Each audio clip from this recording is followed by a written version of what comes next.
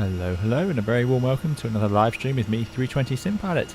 A very good Sunday afternoon to you all. Thank you for coming along. And today we are going to be flying the Airbus Beluga non-XL, but it is painted up like an XL one, which we'll talk about why in a minute. I'm sure a lot of you know already.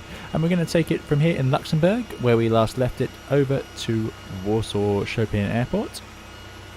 We are going to be taking some extra oversized and heavy cargo today. Unusually, so we are going to burn through a ridiculous amount of fuel for this just under 2-hour flight over. First of all, of course, while that starts loading on, as we can see, they're opening up the door for it. I'll let it filter onto the screen as I say my hellos. Thank you all for coming along, and yeah, good to see you jumping into the chat. Hayden J. Robbins, I hope you're doing well. Good to see you. Danny Rubel, I hope you're doing well as well. Thanks for coming along. And Chickpoint. Chickpoint's already sorted out dinner. There you go. Very good. Very organised. Johannes B, good to see you. Alex UK, I hope you're doing well.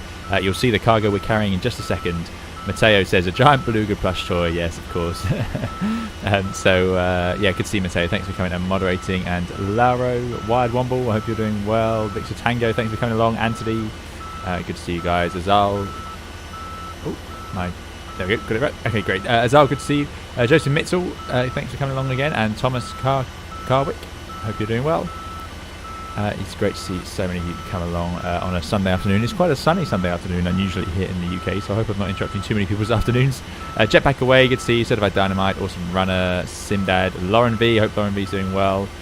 Sophiane, good to see you. We are indeed boarding a Beluga, just about. There's about 5 seats, so 5 of you get to go in the cockpit, and the rest, I'm afraid, are in the hold. So you'll be slightly cold. No cold, actually, just unpressurized, sadly. Theo Sloan, good to see you. Toga, yeah, we are back in the Beluga. Couldn't resist it. I really like this add-on. And yeah, obvious is the theme today, which we'll talk about in a second. But yeah, great to see you guys all come along. Again, I'm struggling with the chat. Gold Matrix, good to see you. I hope you are doing well. Andy H1302, thanks for coming and moderating. And Dougal, I hope you're doing well. Dougal, thanks for coming along. Good to see you here. Right. Augustine, Kyle, Mr. Dylan FM, Mr. Espresso, good to see Mr. Espresso, I hope you're doing well. Simon Schmidt as well, good to see you back, thank you. Pavel, Sunday's highlight, excellent, glad you're looking forward to it. Paddy, I hope you're doing well, Paddy. Paddy's been having trouble with Flight Simulator, I think I saw in the livery section, yeah, me too. But we're getting there, I'm sure that it will get sorted soon. Right, as ever, sorry, so many of you in the chat, I do apologise guys. Thomas says hello from Poland, excellent. Dzień dobry, I hope you're doing well. Ahoy to Augustine as well, if I didn't say. And yeah, okay, and Giuseppe's Gaming, good to see you. Giuseppe's Gaming from Twinfinite Gaming Magazine, thanks for coming along, I hope you're doing well. Right, we are loading on. Oh, it's almost in view. It's taking its time actually, that's quite handy. That is quite handy. Right, Kadeko, first live stream I've recorded in weeks due to work. Hello Kadeko, thanks for coming along. Yep. Yeah, noticed you've been missing, so it's great to have you back here. I hope you're doing well. I hope work hasn't been too stressful for you. And Matthew Presley, good to see you. Matthew says, oh really, the upper hold is outside the pressure vessel? I didn't know that. Yeah, it's not pressurized, this upper hold. It's just, oh no, I've ruined it. There it is. We're taking one of the heavier ones today that are included in this add-on. Oh, my camera was really zoomed in. There it goes. So yeah, not pressurized, but it does have some temperature control, which we shall see in a minute. The only pressurized part of this airplane is the little cockpit section here, so there's a door about here, and that's it. Everything else is unpressurized. Dzień was good, says Thomas. Excellent. Checkpoint says, Miss Checkpoint is in Poland now, family, hence my planning for dinners is a bit off. Yes, it starts to go wrong when you're just organising your food on your own sometimes, yeah. Giuseppe says, it's a website. I haven't been working on paper magazines for 15 years. Oh, there we go. So Twinfinite is just a website. A magazine-style website, I suppose. Maybe you could call it that. Always needs to hear your own tongue, says MSJN. Excellent. And Dan J. Suresh, good to see you. Thanks for coming along. Happy Sunday to you indeed. So yeah, we're loading on the helicopter. I thought it'd be fun to try that. There's some interesting additions you can get for the cargo hold in this add-on included with it. So there it is. Plane is cold and dark. You can see our stairs are down, so we're going to go ahead, jump on. Oh, we're a long way away. Such a great add-on. Really like this. There is a way to slow down that actually, and I see a few planes nearby who I would assume are coming along. No, I'm trying to be too clever, but there we go. So this is the cargo hold. They'll load that on in a second, but what we're going to do is start setting up inside. So let's jump into the flight deck. Here we are, as I said, cold and dark, but don't worry, we won't be taking too long to set it up today, I'm hoping. I've got their simplified checklist ready and available in front of us. So that goes on over there. You lose all your fun views in the flight deck, so we'll load that on shortly. But what we will do down here is start powering up the airplane. So batteries need to go to auto. That's these three here. Now normally I would do a bit more test flying before I jump in. It's been a month since we flew this, which is hard to believe. I can't believe it's been that long. But yeah, so we are going to be a little bit rusty today at the Beluga because I didn't get the chance, sadly. Hydraulic panel, check. Well, we got fluid in all of them. All in the green, not in that big green arc, but they are all in the green, possibly because they're not being used at the moment. Fluid could be sitting in the wrong part. Anyway, so the hydraulic panel is checked. Wiper switches are off. That's just these two here. Gear lever down. Slats flaps handle in agreement. Now, weirdly, it's done it again. It doesn't load up in agreement. Oh, it has. No, it has. Ignore me. Yep, that's in agreement. Reversers are down. Fuel levers, these two are off. Weather radar is off. It's a very standard weather radar panel for Airbus. Is not a fan of this switch at all. I think it's far too easy to not be able to tell which position it's in. But there you go. Weather radar is off. External power, if available, established. So that noise you can hear out there, the horrible diesel generator, is an external power unit on. Strangely, just one external power. I suppose quite a small aeroplane. Not much power needed. Mateo says, I wanted to fly along today, but I am tackling Kai Tak today, and it's taking a while longer than I thought. Excellent. Well, enjoy Kai Tak. Yeah, I've still got to do that. So many things to do, as always. But yeah, it's... it must be fantastic. Yeah, enjoy that. Oh, does the thumbnail show Microsoft Flight Simulator? I can only apologise, guys. That is an error. That comes from planning these things too late in the day. No, we are in X-Plane 11. Oh my goodness me. Right, hold on. Let me change the title. Sorry, everyone. That shouldn't have been like that. Yeah, no, the thumbnail is wrong. My mistake. So there we go. Thanks, Giuseppe. Sorry about that. This is a problem with swapping between the two simulators. I've had that happen before. Right, lots of warnings and cautions. Now we're powering up. There you go. You can see the temperature upstairs. Cargo hold is open. And the access door is open downstairs. Right, weather radar, external power, APU system test. So as ever, we won't spend too long on those. But what we will do is let's turn on some lights so we can actually see what we're doing. Quite nice backlighting switches. It's just the two down there does everything, which I do really like. Giuseppe says, it's fine. We'll pretend it looks better than it does. There you go. Lee Rose, thanks for coming. Glad you like the videos. Thanks. Really appreciate it. Right. Yeah, I'm so sorry. Goodness me. I hope that's not confused everybody. Yeah, this is X-Plane 11, just to be clear once more if you're just joining now. Right, APU fire test. APU is up here. We can run the loop. Sorry, the agent test. And we can run the loop test. Loop A. I think if you hold it down, we'll see loop B, and there's the lights. Good stuff. APU as required. Yeah, we require. We're going to get going soon. So for this, quite simple. Master switch on. You see a fuel pump low pressure. Lots of warnings there as that turns off. And then starts. That goes to start. And we see it appear automatically down here on our ECAM version anyway. Thanks, Wallace. Thanks for coming, Wallace. Hope you're doing well. Sofiane says, is it possible if you could do a video on how to insert the flight plan in the flight plan in the new fly-by-wire update? Really would help. Okay, cool. I'll think about that. Yeah, the SimBrief integration. Here we go. APU is starting to spool up. EGT is rising. So APU as required. IRS mode selectors. Let's get them to nav. I cheat though. I have nav. I do like this. I like splitting the IRSs onto 3 different panels, but I can see the risk, which is that you've got more switches in between them, so there's more of a chance of you hitting one of these as opposed to it being on this dedicated panel. But what I like is you can't very easily choose the wrong one, I suppose. But there we go. Right, oxygen low pressure. Let's get over there. So that is up here. Low pressure supply, in case we depressurize. Launch shaded lights test, which was down here. There they go. Look at that. Really complicated. You can tell this came out just as they got rid of the flight engineer. And FMS initialize. So we are going from ELLX to EPWA. No problems there. Good. Align IRSs. Align. There we go. That's basically initialized. We'll load in the rest shortly. GPS primary. Align IRS. They're aligned. Good stuff. Right. Okay. Kadeko says, does the FO love the cuddly beluga? I think we need to pick up her cuddling up to it. Okay. She hasn't seen it yet. But I will. She has found aircraft she's had an inflatable aeroplane of a similar size, and she put her teeth straight through it within about 20 minutes of first seeing it.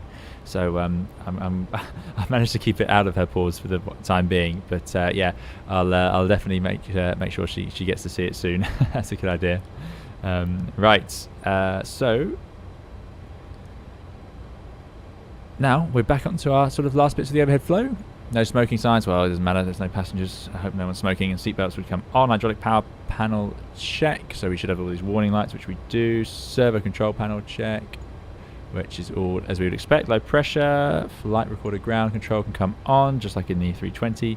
And exterior lights set. That's down here. Strobes to auto. We'll have the nav lights on system 1. And that should do us for now. Engine tires can all be off. ATS lever comes on. And then we can also put on all the pitch trim, yaw dampers. Don't need to shed the galley. I'm not sure what version of a galley we have on this airplane. Can't be a whole lot. Mato says, any ideas why the Beluga XL is based on the A330 and not the 340? I don't know. I would imagine it's very similar, but they didn't need the 4 engines if they can keep it on 2 engines. Remember, the Beluga is not power hungry.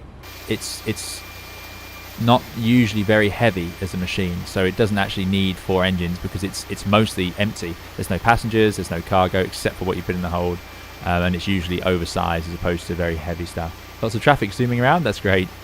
Right, let's get rid of that caution. So let's get that. Let's let them load up that helicopter. Anyway, where were we? So exterior lights, ATS, pitch trim, yaw damper, electrical power. Zoom, zoom, zoom. Okay, so we're on the external power. Let's leave the APU gen on. Let's turn off the external power. Batteries are on. That's all looking good. We could do our engine test as well. So these ones have 2 loops. So I think if I hold this one in, it will go to loop B. There we go. And we've got the agents, both squibs. There we go. This is just an indication panel, so you can select different systems. So I can see the voltage in the different batteries. We know on the Airbus these days we just have a little liquid crystal display.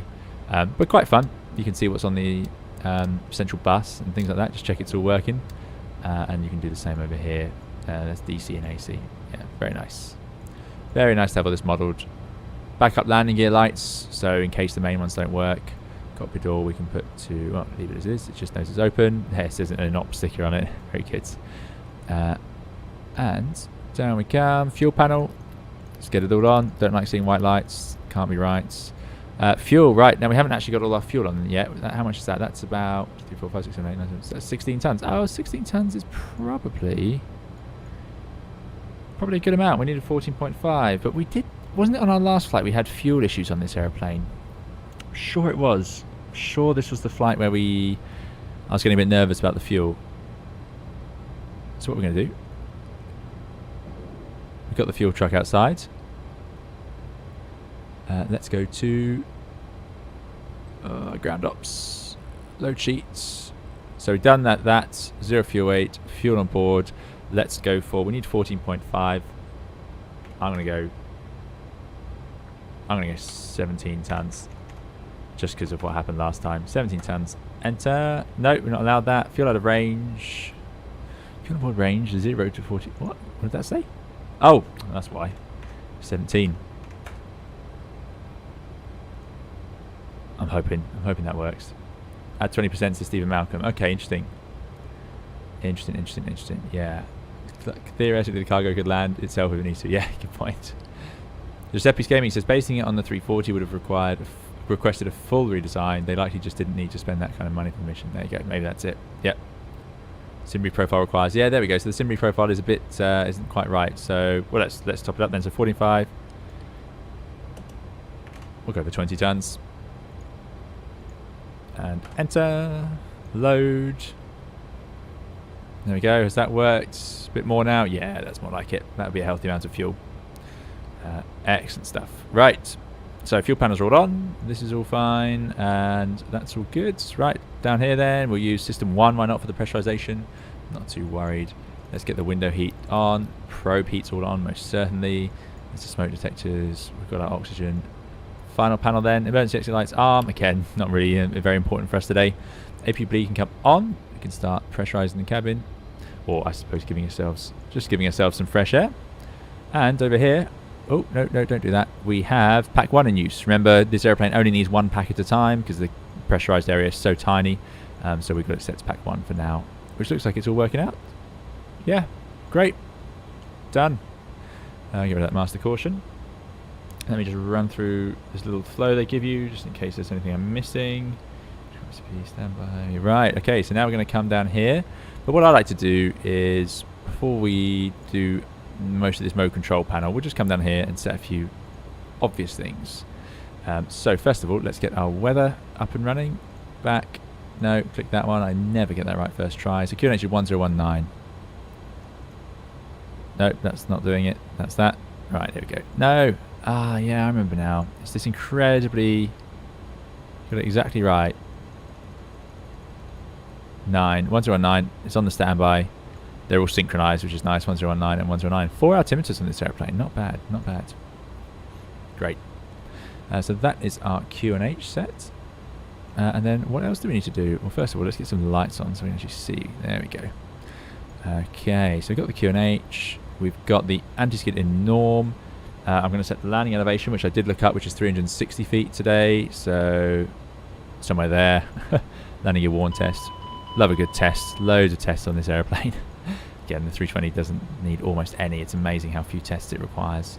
Good. VOR and tuning we'll do as we set up our nav aids. We're obviously going to load in the route in a second, and there's some ECAM warnings. But otherwise, we're in a good place. Rudder trim's at 0. Great. Parking brake is obviously set.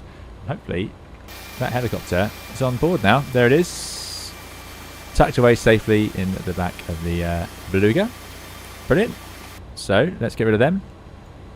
That's all load. Send that to takeoff perf. And it doesn't seem to... I know what we need to do. We need to do the route first. Anyway, let's go to ground services, loader, and remove loader. Then we can go back to takeoff perf. Right, before we do that then, let's jump in here. Let's start loading in the route. Oh, before we do that, in fact, I need to go into here, don't I? Ooh. Let's hope I can remember how to do this. In fact, can we click on this panel? Not sure. So I need to go to ACARS, request company route. In it goes. Look at that, Luxembourg to Warsaw. Brilliant. Uplink done. Let's go back to tune. There, and that gives us our normal radio panel. Alternate is Echo, Papa, Lima, Lima. Return. So there is our... So we've done our data basically, and that is our init A, our flight plan page, where we're going to depart from. So the SID from Luxembourg. We do need to figure out the runway in use, so let me sort that out in a second. Cadeco's off to sit in the cockpit of the helicopter and make helicopter noises when we're taking off so I can feel like a real chopper pilot. Yeah, there you go. That's about as close as I've ever been to being a helicopter pilot as well. Jacob says, hello, I was wondering, do you know why the runways are named specific numbers, e.g. 26 left? Is it just random number given to it? No, it's the direction, so 260 degrees magnetic. As the magnetic North Pole doesn't stay still, so some runways change their number, so they'll go from, like if it's 038 magnetic heading for the runway, then it'll be runway 04. And then if that number keeps reducing, it might go to 033, then it'll become runway 03. So that does happen. That's always quite interesting.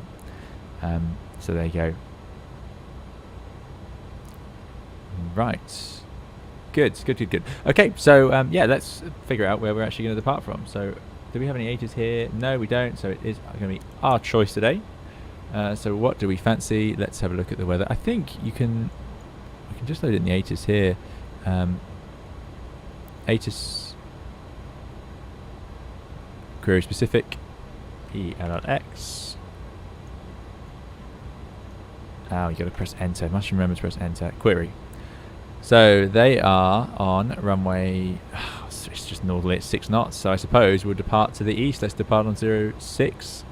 I think why not? And I'm expecting to go out on the ASMOX 4 Tango, which I'll do there. And that is done. So insert. Not a fan of the green screen style FMS. I mean, it's cool and it's quite fun to use, but it's just not quite as good. So there is the route, and let's bring it up on here. Avitab. Departure. 4 Tango. ASMOX 4 Tango. Starting at 1234 feet, so our QNH is correct. We've got 1234, just 1200 feet showing on there, so that's good enough. Quite high MSA, 3,700 feet as we head north, but we're starting from quite high up. Here it is then. Does this look right? Straight ahead, 6 miles, then a left turn, 300, then a right turn up to ASMOX above flight level 80. And that's it. So pretty straightforward. Luxembourg immediately after takeoff, so automatic changeover. I've got a SID tutorial out if any of you are interested.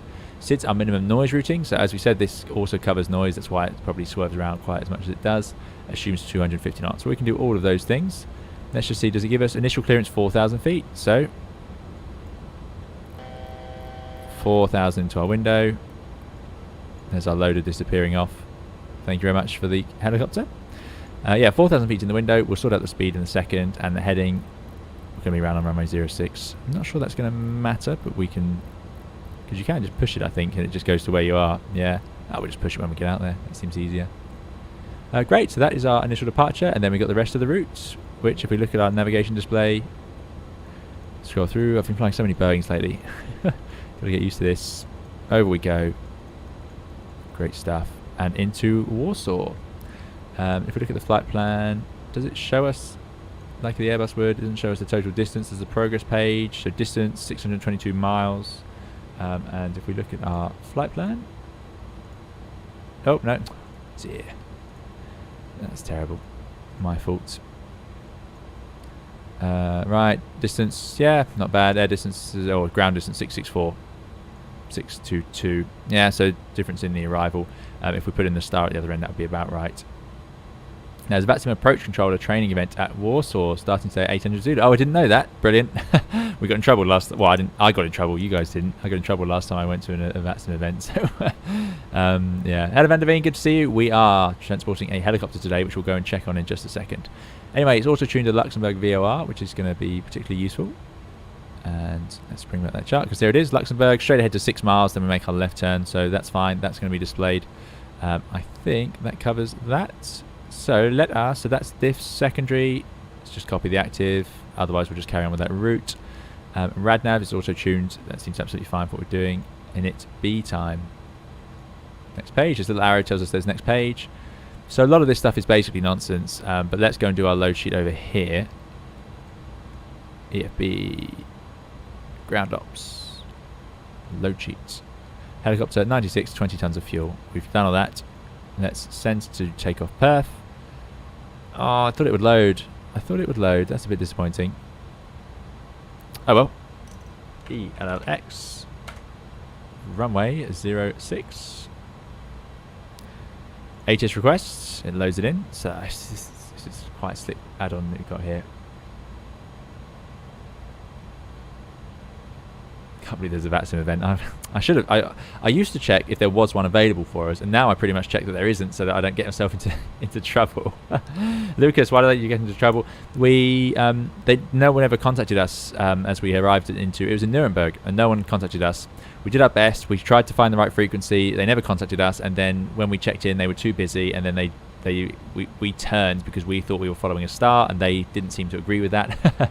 We ended up on the approach. Yeah, good times. Right, there's our takeoff weight. Runway's dry. Anti-ice off is a nice day. No flaps again. We'll just do slats 15. Let's see if that works.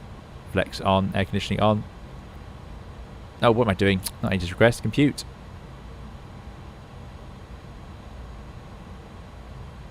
Once we've done that, we'll be able to send it over to the FMGC. Right, there we go, compute.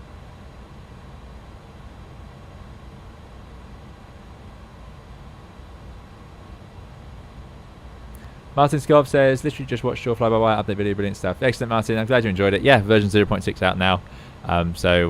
Yeah, loads of good stuff for those of you. I did a survey to see that people, what version people were using, and there were still people using the stable build, so I thought it was definitely worth doing the update for that one. And yeah, amazing progress really, isn't it? Right, there we go. So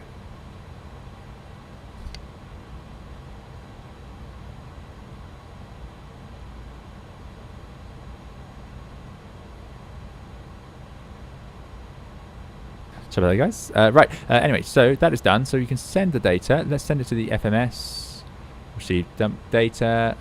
And let us also send it to the card, which we'll see in a second. Block fuel is going to be indeed 20 tons. 0 fuel weight. Oh, I don't write it on here. We've got a takeoff weight. Look at that. We can go up to 172 tons, you see. So performance is just not an issue for this airplane. Alternate fuel. Let's put that in. alternate 1 point. Let's just give ourselves 2 tons. Right, final reserve in this airplane 2.1, but it's about 1.2 in a 320 old engine style, so that's not bad actually considering our weight.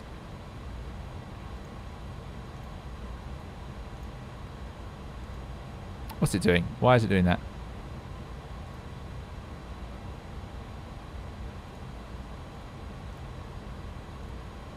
Nope, don't know. Okay, let's not worry about that. Strange, very strange. I must be doing something wrong there, I'm sure. Anyway, let's go back to our load sheet. Here was our 0 fuel weight.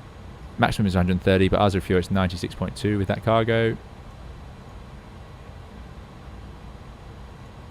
Gives a gross weight 115 tons. Oh, there we go. It calculated it for us, 2.2. I see. Interesting. You can just type it in the 320. Okay, so that's all done. And then a knit's done. Let me just check. So that's a knit A, a knit B. Not sure what reference stuff it required. We got our flight plan. Takeoff page. Here we go. This is the one we need. Right, so most of that can be ignored. We can accelerate 1,000 feet above the runway. But what I do need to look at is the little card. And you'll see here, these are the actual speeds. So they're pretty much the same. But V2 is 166, which we have to enter ourselves. 1, 4, 5, 6, pretty high, but you know we've got no flaps out, so that makes sense. So V2 166. I think the real problem is the speeds are all calculated correctly, but you'll see the retraction speed. So minimum clean speed for us is 199.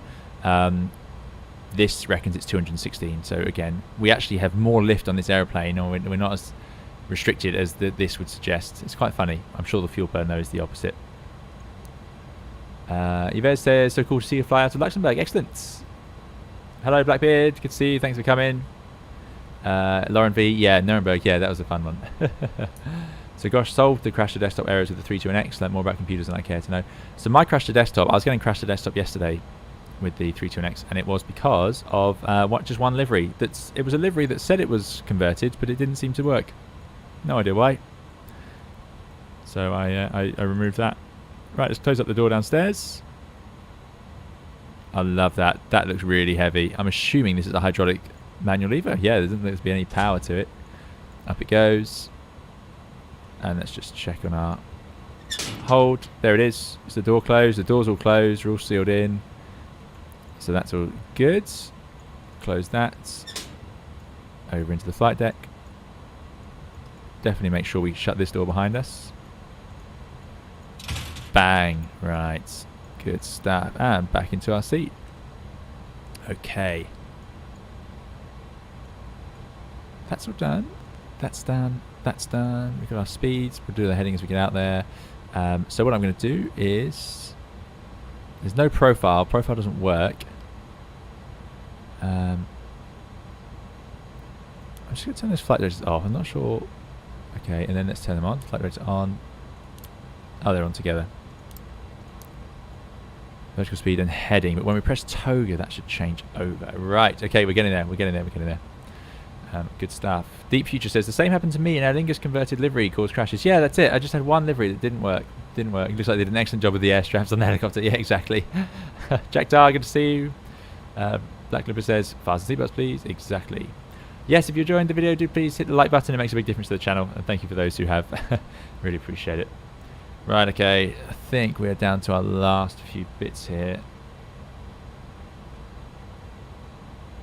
Okay, radar trim, weather radar, fence route, trip. Okay, that's it. It's time to do our checklists.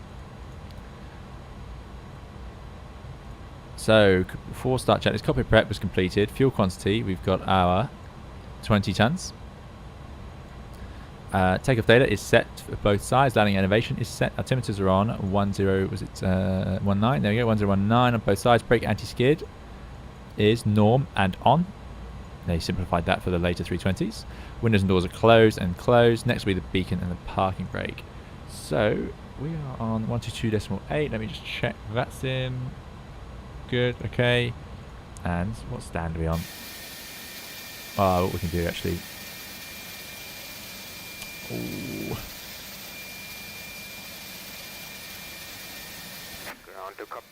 We're going to go like this I hope that 747 isn't trying to go at the same time. If they could do a very clever pushback, they might manage. On to Cockpit. Toliss driving up. Okay, let's let everyone know what we're doing. Luxembourg traffic, Beluga 270, stand Zulu 5, pushing to face south. Nope, that didn't work. Oh, it's this panel. It's this panel. 1228. 1228 is on, so that's fine. Tune. It's down here, this panel. So let's turn it up. Let's press that. There we go. Let's try that again. There we go. Luxembourg traffic, Beluga 270, stand Zulu 5, pushing to face south. Evening, Sven. I hope you're doing well.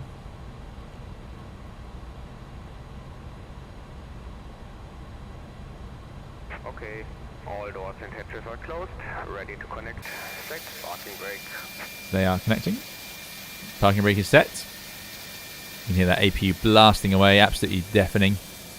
So this livery has never been painted, I don't believe, onto the original Beluga. This is for the XL, the 330 version. But the reason we're using this one today is because, as I said on Discord, sorry it was 2 posts. There was a bit of a problem with the first one. It didn't load up the picture. But very kindly, Victor Tango and Dougal McTavish made sure it could happen. But I know a lot of people contributed very generously to a little cuddly toy Beluga XL. That is about, I don't know, 20, 30 centimetres? 20 centimetres, yeah, a little cuddly Beluga. There's a picture on the Discord if you're interested. They kindly sent it over. So yeah, that's going to be pride and joy on my desk now. So absolutely brilliant. Thank you so much. I just appreciate it so much, and it's such a sign of how great and just enjoyable the community's been to be a part of. So thank you guys, and the cat will get a chance. The FO will get a chance to to investigate it once I've made sure it gets at least a day or two of sitting nicely on the desk. She's not a very aggressive cat though. I can't imagine she's going to cause any problems. Right, off we go. But yeah, so thank you guys so much, and that's why I had to use the XL livery today, because the little plush toy, the cuddly toy, is in the XL livery. Let's just double check. External power, that's gone, fine, but we are on the APU. Oh, I should have got rid of the chocks, I suppose. Oh well, I'm sure they're gone now. Right, let's start up those engines. So, is the area clear? Let's just have a look outside, make sure that's... Look at that, parallel push. Excellent. Hopefully they push far enough back. We're rolling. So, engine start. Area clear to start, confirm, which it is. Igniter A or B. Let's go with system B for this flight. Engine 2 start, switch press. Number 2 starts. Open.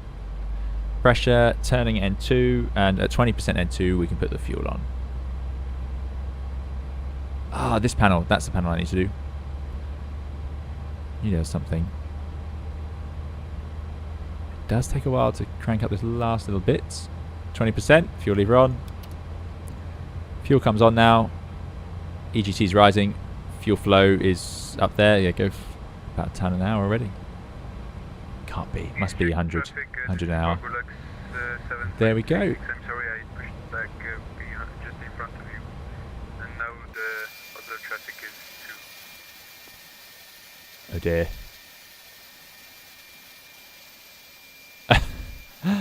Oh dear. Well, we've all caused the traffic jam. We managed to do that. I should have gone on the other side, but there we go. I can't believe it. Is that Calculax with us today? Thanks, Richard Tango. No, it's absolutely brilliant. Our call sign today is Beluga 270. Luxembourg traffic, Beluga 105, pushing back from stand Zulu 1. Okay, that's all looking good. We're going to start engine number 1. Start. Waiting for the same thing. I do have a nice wing view set up. You guys remember? Look at that. Fantastic. Sitting below the wing. How strange in a low wing aircraft like this. 18, 19, 20. Fuel come on.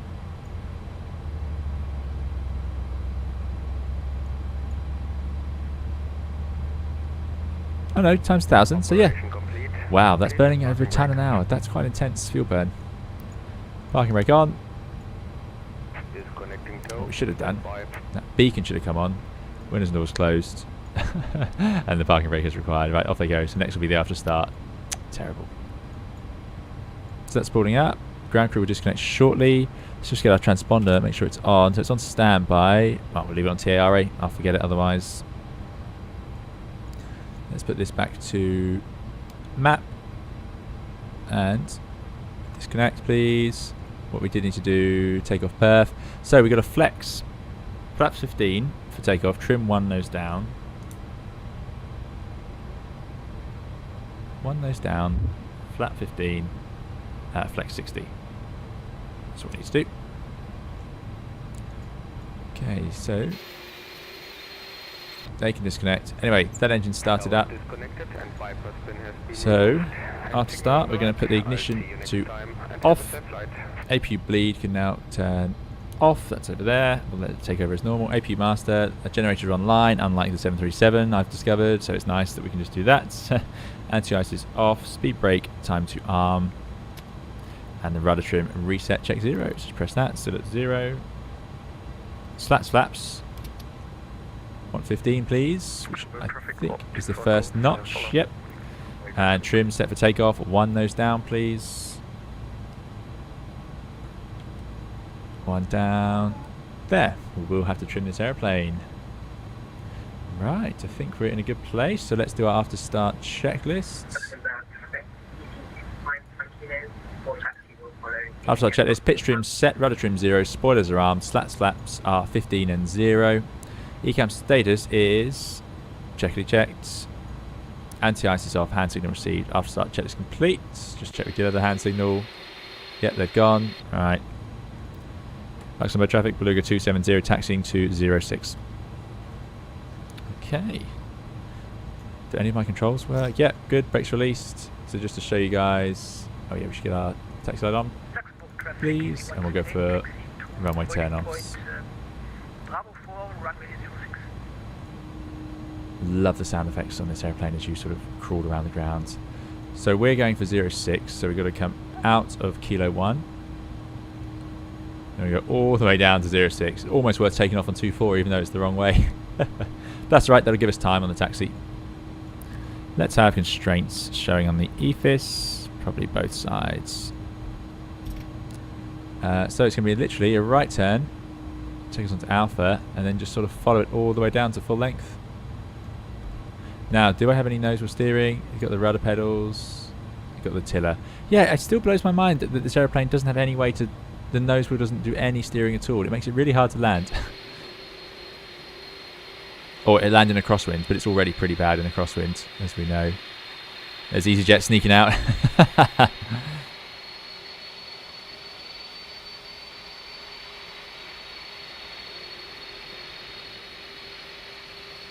Love it. Luxembourg traffic. Beluga 105. Lauren V says 747 looks like a Dash 8, so might be Microsoft Flight Simulator. Would be worried it looks like it might be pushing straight. Yeah, no, they seem to have managed. All squeezing out. So there's another Beluga over there, but it's good that this Beluga worked. This one didn't seem to work quite as well. Right, so away we go then. Let's run those flight controls. It's not clever enough, this one. Flight control. Full left. Full right. Neutral. Full down. Full up. Neutral. Rudder. Full left. Full right. Neutral. Brilliant.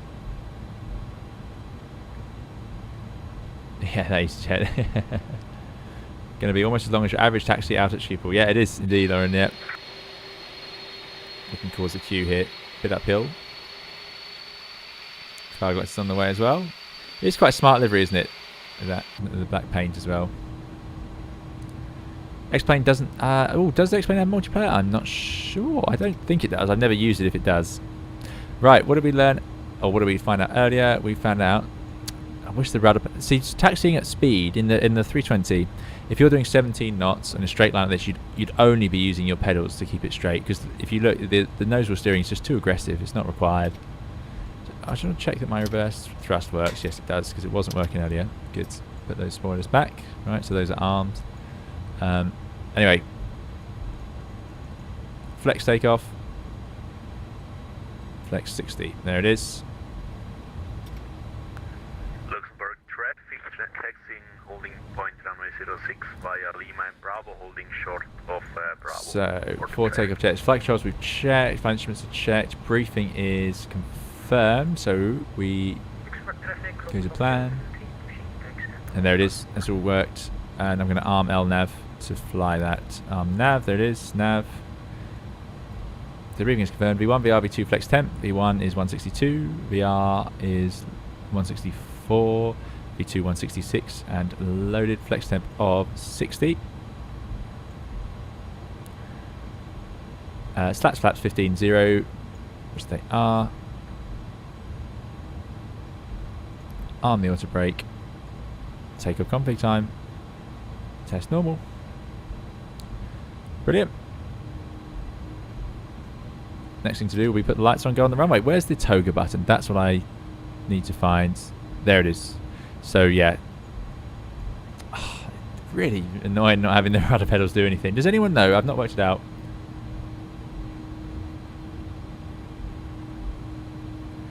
If anyone's watching Formula 1, do please, I'll be watching the highlights afterwards. I don't have Sky, so I don't get to see the race live ever.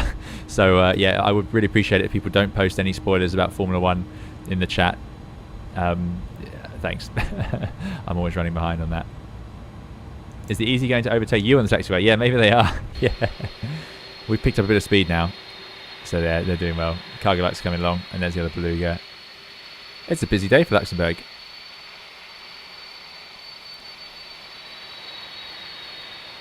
Brilliant. Oh, I just love flying this aeroplane around in the simulator. It's such a treat.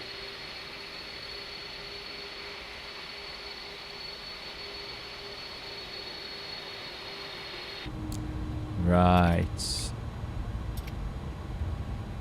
Excellent, excellent, excellent. So, a little bit of a left right here. Got to be careful here not to mess this one up. Evening, Rasmus Tulen. I hope you're doing well. Traffic, Beluga 1053 Charlie, pushing back, Zulu 10. Let's give those brakes a squeeze. Should have done that already.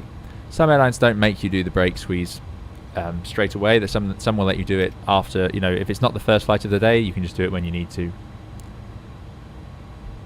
Yeah, no F1 spoilers or if any passengers refer to the engine. Sounds like it was a good race. So, Van Raj, that sounds great. Thank you. So, yeah, we won't we won't discuss it any further.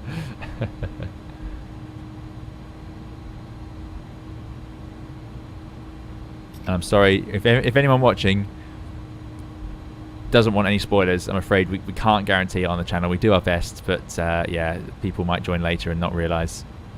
It seems that Formula 1 is an absolutely essential part of flight sim. Everybody seems to watch it. And there's Hamilton's private jet. I'm not sure he has one now. I think Hamilton got rid of his private jet actually. But anyway, I digress. Look at this taxi. This is a long old way. So there you go. When it says ailerons, they're not actually, they're in the inboard. We've got inboard ailerons only on the A300-600. Quite strange. Very rare. Didn't catch on.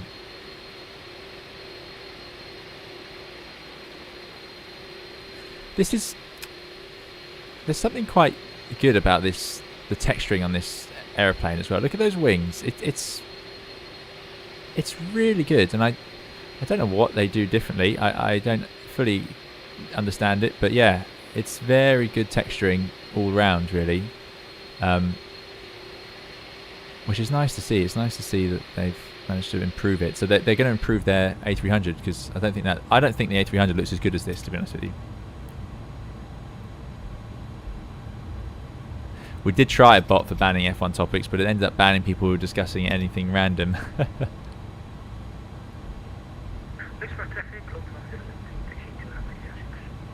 With only 3 of you, Dougal, you can watch Channel 4 highlights. That's how I watch it. I watch it every time like that. They're quite good. I quite like them. I mean, yeah. So if with 3 of you, just watch Channel 4. It's always after the race though. So the trick with it is you've got to avoid the internet, which I'm doing the exact opposite of. But if you avoid the internet from the time you the race is on, then you could be right.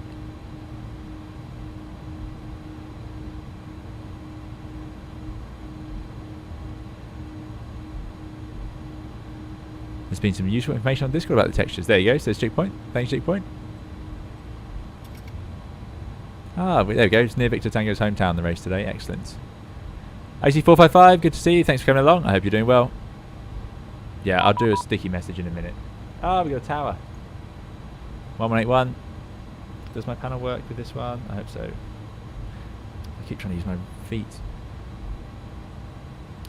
Luxembourg Tower, Beluga 270, taxiing 06, ready for departure.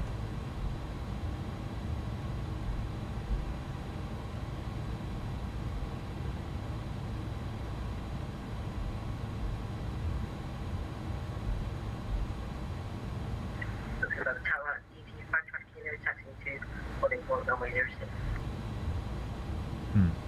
No answer from tower yet.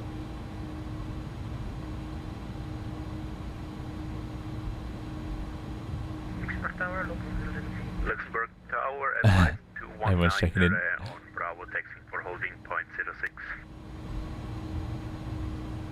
Luxembourg Tower, ET 178, lining up runway 6. F1 curfew is in effect, indeed, AC455.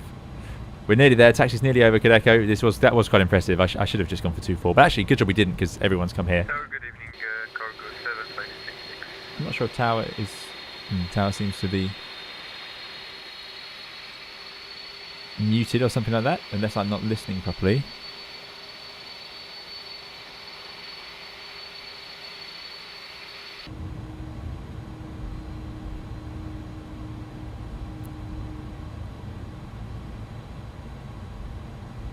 Tango Delta, good to see you. Thanks for coming along.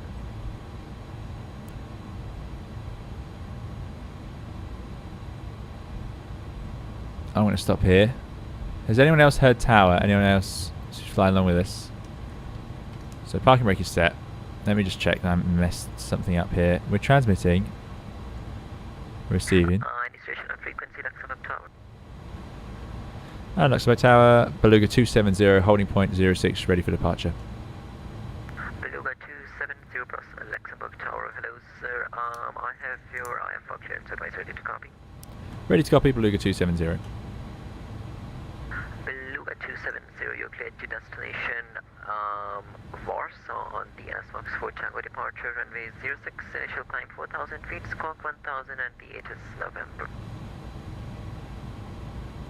What was the name of the departure? It's the ASMOX. Okay, Beluga 270 cleared to Warsaw, ASMOX 4 Tango departure, climb altitude 4,000 feet, squawk 1,000 with information November. Beluga 270, reach back is fully correct, startup approved of course, and report ready for departure. Wilco, Beluga 270.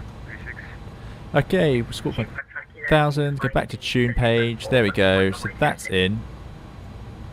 We've got the ASMOX 4 Tango, correct, so that's good, so we'll leave that there. Let's run our checklist then. So before takeoff, flight controls checked, flight instruments checked, briefing confirmed, V1, V2, flex temperature checked, slats, flaps 15 and 0, takeoff config normal, next will be transponder, TCAS TRA, which we've done, auto brake max and ignition as required, so that's all basically done. So before takeoff checklist is complete. So we're going to do the lights, trim is set, and we're going to press this little toggle button to go. Fantastic. Right. I think we're ready to report ready.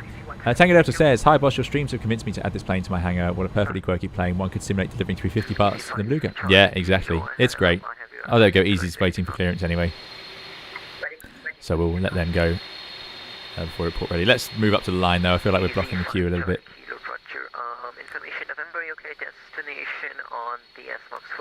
That's because I stood on the brakes. Yeah. No mirrors in aeroplanes. It's always the person behind's fault. Ah, Easy's going. Let's report ready then. I love this little beacon up here. Who can see that on the ground? The ground crew have got no clue that's there. You have to be at an odd flight level. You can extend flight level 370, flight level 390. Russia will take level 390, sorry. How are we doing for fuel? Actually, it does display down here. There you go. We burnt 1 ton of fuel.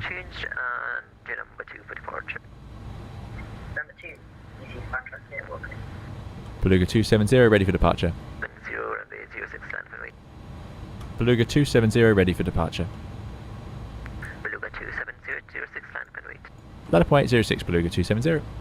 Okay. 85 Charlie Kilo in sequence 25 right. On, Correction in please. sequence Strobes 06 on. and Beacons are caution. on. Nav lights are on. Don't need the wing lights. And we'll set that to takeoff. Brakes released. Let's get on the runway. Nothing showing on the TCAS on the right, so on approach. Looks clear out. Charlie Kilo, it's in sequence, so while he's lining up, you can already go past the whole chart line and start lining up. Brake.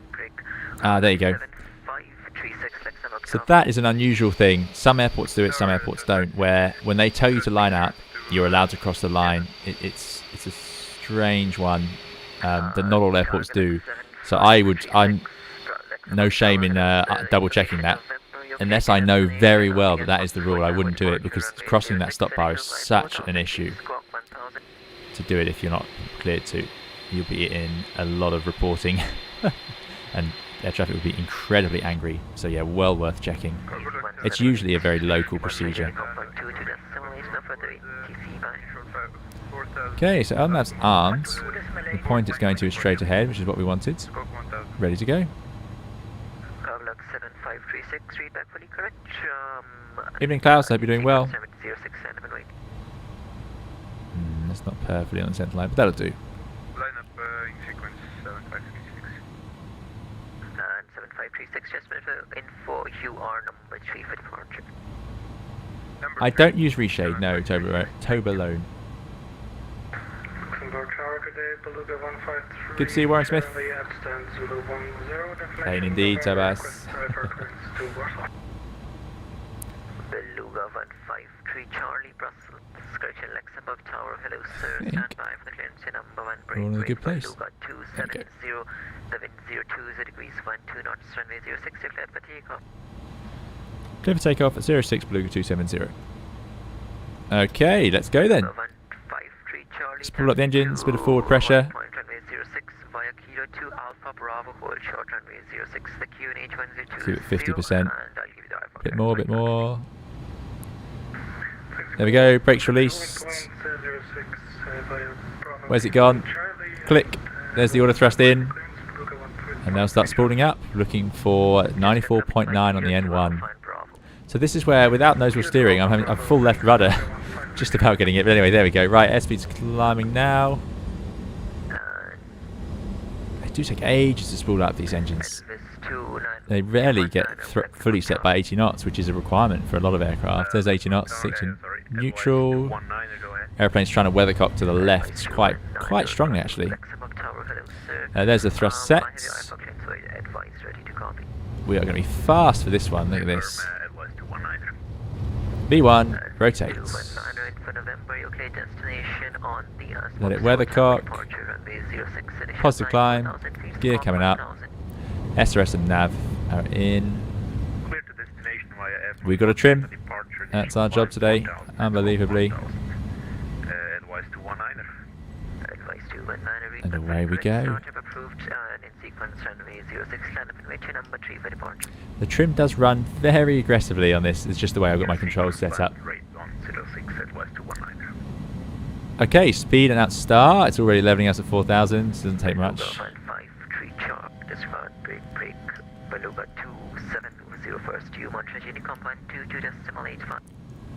1228 Beluga 270. Goodbye. Okay, that's very nice to have the controller right above S-speed, so flaps to 0. Now, again, that S-speed is wrong. The actual S-speed is down here. It was 186. So, again, a few knots slower. Didn't work. There we go. Flaps to 0. Should level at 4,000 feet, which it has. We're in nav mode. Flaps have reached 0. Speed brake. Oh, that's so difficult. There we go. Disarmed. Flaps at 0. Nose wheel lights off. Turn off lights off. Don't know why it's not accelerating. I'm slightly curious about that. It's targeting very slow speed. 250 knots, please. There we go. Okay, Unicorn 1228. We are now on. Cruise today was 330. No VNAV in this airplane, sadly. Doesn't exist. The airplane is too confusing for it to be worth running all the performance figures and setting up the computer, so we just do it ourselves. No problem at all. 30 3,000 feet. Hopefully we can get up there.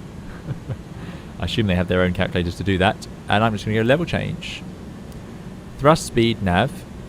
Up we go. Getting a message. New cruise out, 330. Good stuff. There's a spooling up. Round the turn we go. Fantastic. Afternoon, Joey Ford. Good to see you over in the US. Thanks for coming along. I hope you're doing well. Deco says, I hope my helicopter made this flight. I have a short connection in Warsaw. Yeah, the helicopter is there. You'll be able to jump on it.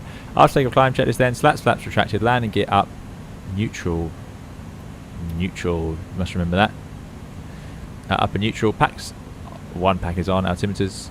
Time to go to standards. There you go. Just click that. Standard. Standard. Yeah, that's worked. And 1013. Brilliant. Brilliant, brilliant, brilliant.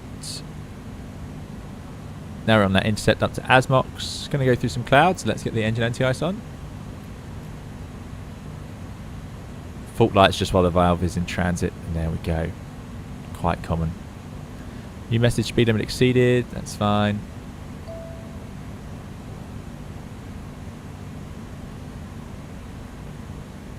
Okay, something going on in Helsinki in Maxim it seems, but there we go. Thanks Dougal. Yeah, if you are enjoying the video, please hit the like button. It does make a big difference to the channel. Really appreciate it. Let's get that terrain radar on. And there we go. Through. What's the temperature outside? Still 6 degrees actually. So mainly ice forms when the total air temperature is it's going to be probably a little bit colder. You could get ice at that temperature, but unlikely. So there we go. Engine anti-ice off. There is 10,000 feet. Let's accelerate then. Not sure what a good en route climb speed would be for this. Let's go up to 280 for now. Let's turn or retract those landing lights. Ooh, maybe they were out in the off position. That's bad actually. Well, that's the same sort of light switch as the 320. I thought it was just 2 position. There we go. Okay, that's good. Let's go to airport. Nearest airport's available on the screen.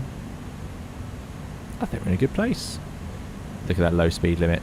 Maybe 270 knots. Let's try that. Sofiane says, alright, it's got to go for a walk. Loving the stream, Captain. We'll see you soon. See you soon, Sofiane. Enjoy your walk.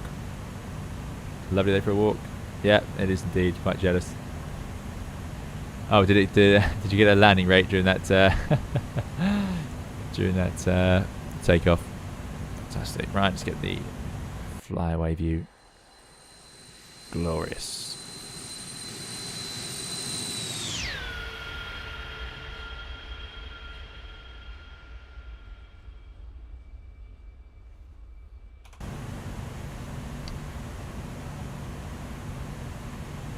Thanks, Joey Ford. Joey Ford says, loving the content, keep the great work. I'm off to work. Pleasure watching your butter take off. Have a great day. Thanks, Joey. Enjoy work. I hope it goes well. Matt says, do you have to engage auto mode near the flex temp setting or climb? Ooh, you're right. It's running at takeoff thrust, isn't it? 93.4. Brilliant. Thank you.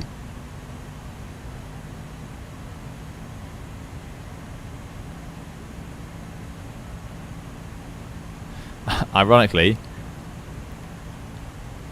we're getting more thrust at climb thrust up here. Now that is unusual. In theory, the flex takeoff thrust, the climb thrust should not be more than the takeoff thrust. I think that's regulation somewhere. But I think by the time we're at 15,000 feet, it probably, that's the reason it's like that. Anyway, there we go. We get a bit more performance out of it. Sure, it automatically... Does the auto system work? Yeah, that does seem to work like that. Greetings, Marseille. Thanks for coming, Marseille Dupree. Hope you're doing well. Glad you like the takeoff. That was a fast takeoff, wasn't it? 150 plus knots.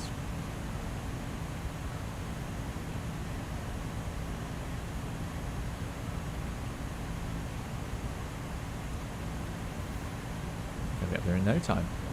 Oh, the overlay. Disaster. I knew I'd forgotten something. Warsaw, Kusai, PG A320. Yeah, today, as you can guess, was not the most textbook example of a setup for a stream. But there we go, the overlay's up and running, that's good news. Okay. Beautiful giant, says Dennis. Yeah, exactly. Nice West, good to see you. Hope you're doing well. Thanks for coming along. Take says, hello, have a nice flight. Greetings from Crete, Greece. Excellent, fantastic. Thanks, Takis.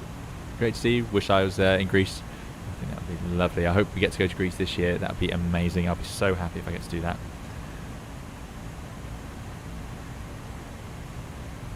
Yeah, Matt says, do you have to engage auto or climb over here on this engine panel? Now that is a great question. I'm going to just check.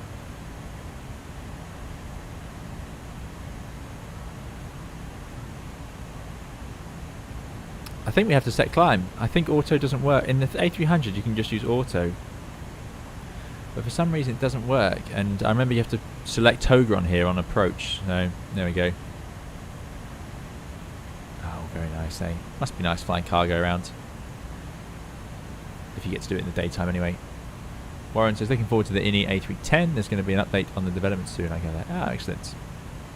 In auto, it does work well on the A300. I always press auto after takeoff. Not sure if that's correct or not, though. I think that's correct for the A300, but I just don't think it works in this one for some reason. Don't ask me what that reason is, though. Don't ask me what that is. Yeah, I do not know. Good, good, good, good. And now, all these times, total nonsense. Nothing in here is worth reading anymore. I'm taking too much weight from. 582 miles. So probably the most accurate thing we're going to see is the overlay. I don't know how the overlay gets its times, but it does seem to work well.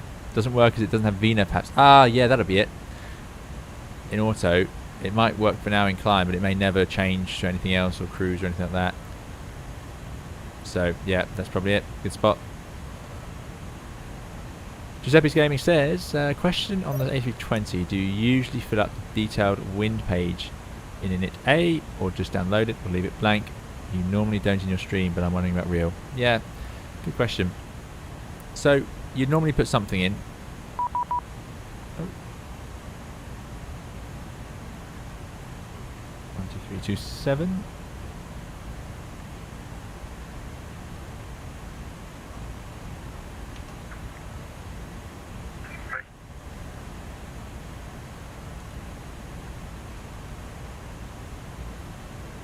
Check in.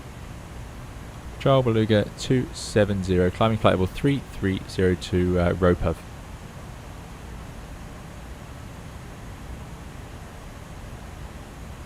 Last station calling Langensägen. Langen Beluga 270, climbing flight level 3302 Ropov. Beluga 270, Langen identified. Hello. Proceed direct to Robel. Direct to Ropov. Beluga 270. Okay. Robel, Romeo Oscar Bravo Echo Lima. Ah, sorry, thank you. To Robel Beluga 270. Fine. Even better.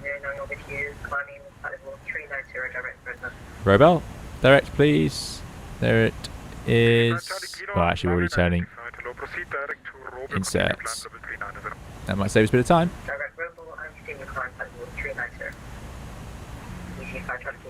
There's Robel. It's amazing how far this flight is, really. I didn't think it'd be quite as long as it looks like it's going to have to be. Yeah, so do we put the winds in? We absolutely do. Yep. We typically on the init A would put in just an average wind for the flight. Sorry, or the init B. But there you go, cruise wind. It has loaded it in. It downloaded it from Simbrief on this one. So you'd put something in. But you can just put the average component for the whole flight. And on shorter flights, I would do that unless I've got ACARS, and in ACARS in the real airplane, you could just download it, and it would actually load in all the winds into the flight plan.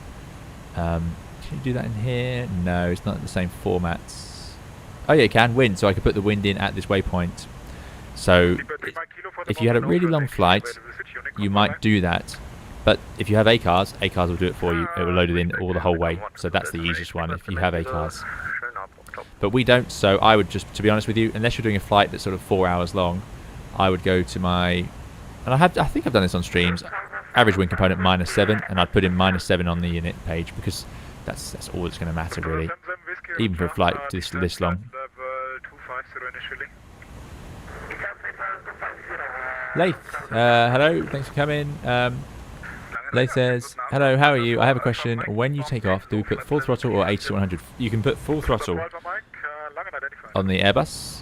If you're talking about the A300, we need to set the takeoff thrust that's calculated. So I don't know if this is a full FADEC or whether we can overboost it, but we have the thrust limit. So in airplanes that don't allow you to, aren't FADEC protected, so the 320 you can't go wrong. In the 320 you put those thrust levers fully forward, you can't overboost them, you can't damage them. It is possible to get red in other aircraft, obviously. In those aircraft, what you'd do is you would get the other pilot to set the thrust. So you'll spool up the engines, you'll be looking outside, and you'll say set thrust or whatever. And you'll take your hand off, and the other pilot will set the thrust levers to the correct thrust. So that's it.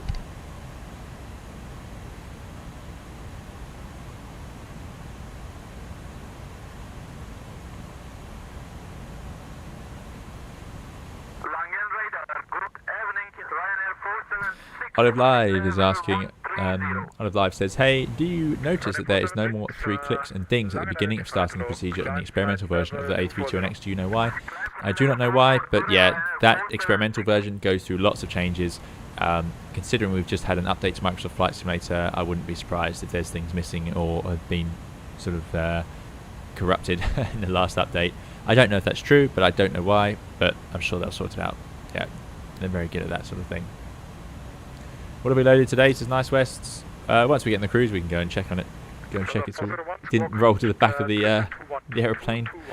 I say that has happened, and it has, you know, it's pretty terrible. So you would want to secure it.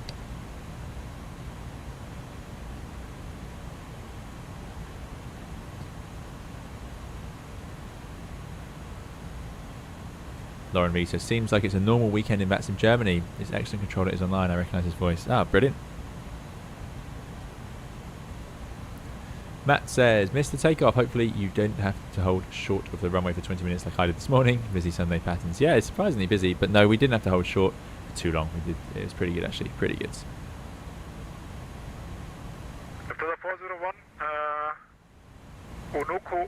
Lauren V says, I just use the average wind even for the Zebo. It won't take a wind component. That prompts you to do it for every waypoint. Too much faff for little benefit if I'm just flying short haul. Exactly, yeah. Enjoy your dinner, Andy. H1302. Enjoy. You're welcome on a live. You're very welcome. Last 1,000 feet to go. Little amber warning. Draws it in a box, which is quite fun. Again, I do prefer... I mean... There's no way I can pretend that this altimeter is better than the one we get here. This, though, of all the analog altimeters, this is the best one to have it written out behind. There is a style, so you get your thousands of feet with this needle, which gives you a nice indication of the rate of climb and so on. But you also get the changing over text display, which is it's really quite nice. This is the last sort of generation of this style. From here, the ones before these, sorry, you had 2 needles. And it is incredibly hard to work out what that's trying to tell you. It is possible, but they are not very clear, and they're famously unclear. There was a magazine that, an aviation magazine that you guys probably know the story. So stop me if you've heard it before. There we go. The next VOR has been tuned. 23 miles away. What I like here is it shows you the decimal point: 23.1, 23.0, 22.9. I think that's great. And there we go. 33,000 feet. Level, Mac out, nav. Yeah, so there was a magazine that ran a quiz, and they showed not this altimeter, they showed the old style one. Maybe the 737-200 has it. Might need to fly that soon again, just remember it. And they showed, so it just showed 2 needles, and it didn't have this text box here, so you had to just judge it from the needles. And the way those ones work is you had the numbers around the outside, then a second needle. So the big hand would show you your hundreds of feet, the little hand would show you your thousands. And the problem was, when you went above 10, obviously, you no longer could see that. So what it would do is it would have a little hash to show that you're above 10. You know, incredibly confusing. Yeah. So they published the quiz and showed a picture of the altimeter, and they said, what is this saying? And loads of the responses were wrong. I think the majority were wrong. And then when they published the answer, they published the wrong answer as well. It was that much of a mess. So there you go. This is much better. This, I'm sure you guys have heard that story before, but yeah, What is nice about the dial, the only reason this this needle here is redundant basically, but it does give you an instant picture of whether the altitude's going up or down and the rate without having to look at the VSI, which is very handy. Or you can have 3 needles, yeah. Matt says, I think my altimeter has 3, but the 3rd needle never moves for me. No, if you're not going high enough, it may not. Like a Cessna then, says Ethan Aviation. Yeah, exactly.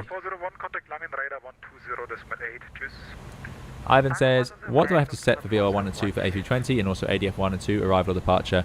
If you look at my SIDS and STAR charts, Ivan, that might help you with those. But you can also leave it auto-tuning as we are today.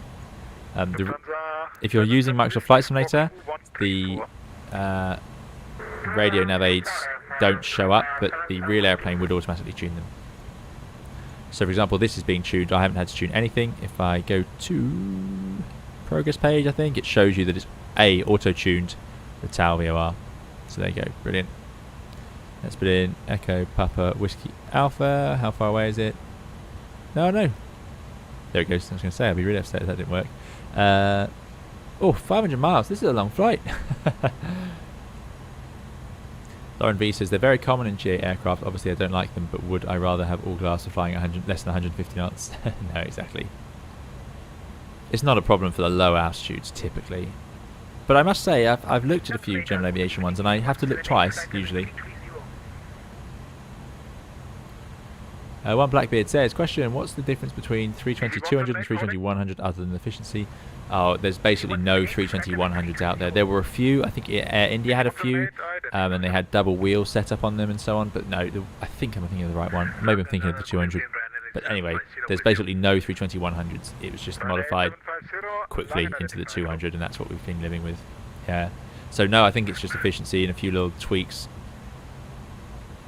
There's probably more difference between the 100. Sorry, there's probably more difference between a Neo and a 200 than there is a 100 and 200. Yeah.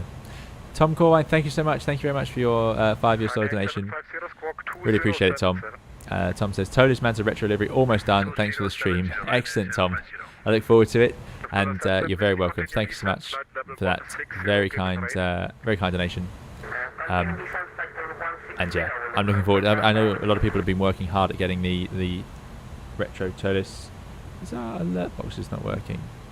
Should do. Okay, not sure what's going on there, but yeah, I know some people have been working very hard to get the Toliss into the retro Manta livery of Paddy's fame, which I'm hopefully Paddy's.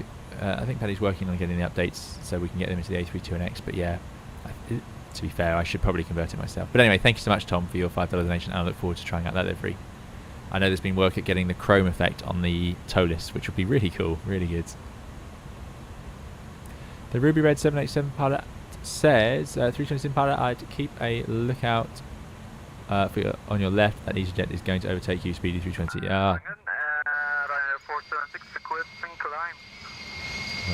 Where are they? Are they above us? Such a great looking airplane. This looks really means business. Now I'm sorry about the alert box there, Tom, but thank you very much for your donation. I'm not sure what's going on there. Let's just check.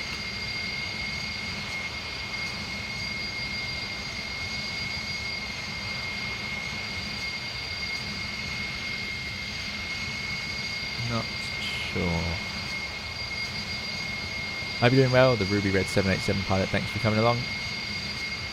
Dog Retro, good to see you. Dog Retro says good evening from Bavaria.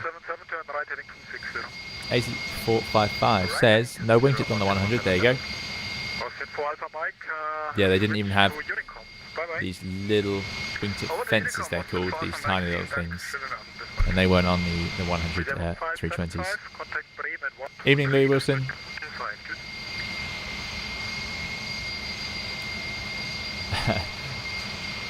Shut Up says, does the real plane have terrain radar in coming stands or does X-plane? No, the 320 doesn't. The A300, I don't know. I mean, I wouldn't be surprised if it has that font, but that is quite a funny font, I know. 76, switch over to Unicom, bye-bye. Big Sanger says, it does look business, though I wouldn't push it as far as saying it looks good. There you go. Ivan says, thanks for the answer. I will find and watch the video. Yep, So my SID video and star video where we talk about what those nav aids are, and then you can decide if you want to tune those in or not. But if you don't do anything, you'll be fine. Laura says my donation link show. Right, guys, I'm really sorry. That's no good at all. The stream bot isn't working. Let me try and wake it up. Right, I owe some people a thank you. I'm so sorry, guys. Laura, thank you very much, Laura, to start off with. Laura says, sorry I'm a little late to the party, but happy 1 year anniversary. Congrats on what you have achieved. Great content and delivery as a pilot makes it more excellent with all the insights. Cheers. Thank you, Laura. Really appreciate the donation. Thanks so much for coming along to the stream, and I hope you're doing very well. And that's incredible. Oh my goodness, $50 donation. Thank you, Laura. I'm really sorry that didn't show up. I'm genuinely surprised. There we go. That's bizarre. Anyway, thank you so much, Laura. Really kind, and that's incredibly generous. I don't know what to say. And yeah, no problem at all. I know it's been. Well, our 1 year anniversary wasn't that long ago, but yeah, thank you so much. Really, really appreciate that. That's very kind, and yeah, really appreciate it. And I mean, that's far too generous. So I hope you enjoy the videos, and hope to see you again soon. And again, I apologise it didn't work. Necro as well has donated $5. Thank you. Hello from EPTO, 200 kilometers from Warsaw. Thank you so much, Necro, for your $5 donation. Really appreciate it. Where is EPTO? I feel like I do know that that code. EPTO. Oh, let me look that up. Okay, that is Torin. Is it Torin? Yeah, Torin. Oh, I didn't know that one. Nope, that's a new one to me. Thanks so much. Really appreciate it. Very kind of you.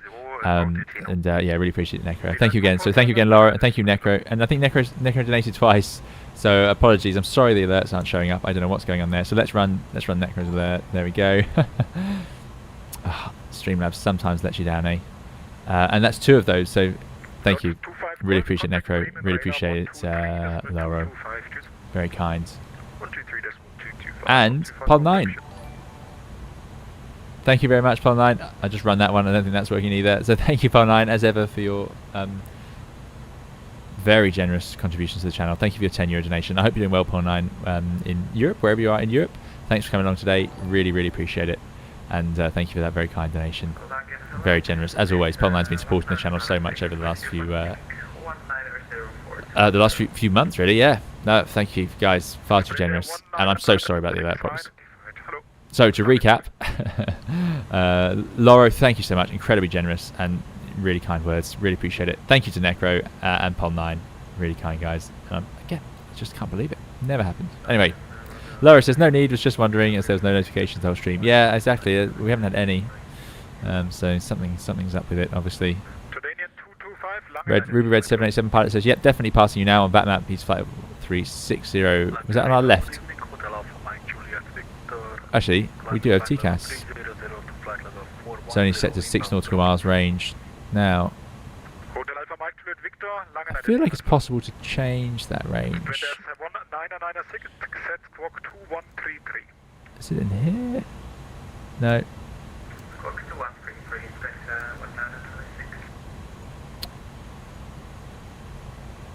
Is it XPDR?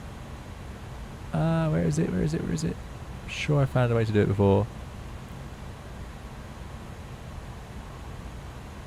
Nope. Don't know. Someone wiser than me will have to help us with that. Necro says, yep, it's Torin. There you go.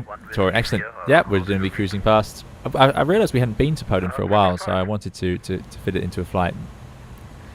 We did go to Gdansk a while back in the A300. Adrian Burke says, I heard Comic Sans is accurate. It's quite amusing. There you go. Lauren Reed says, I have to find my Airbus manuals. There's a public directory on their website meant for airport planning that has all sorts of technical information. Oh, there you go. Paddy says, once I figure out exactly what offerings the Microsoft Flight Simulator requires before it will work for me again, I'll be getting those deliveries updated. No rush, Paddy, but thank you. Thanks so much.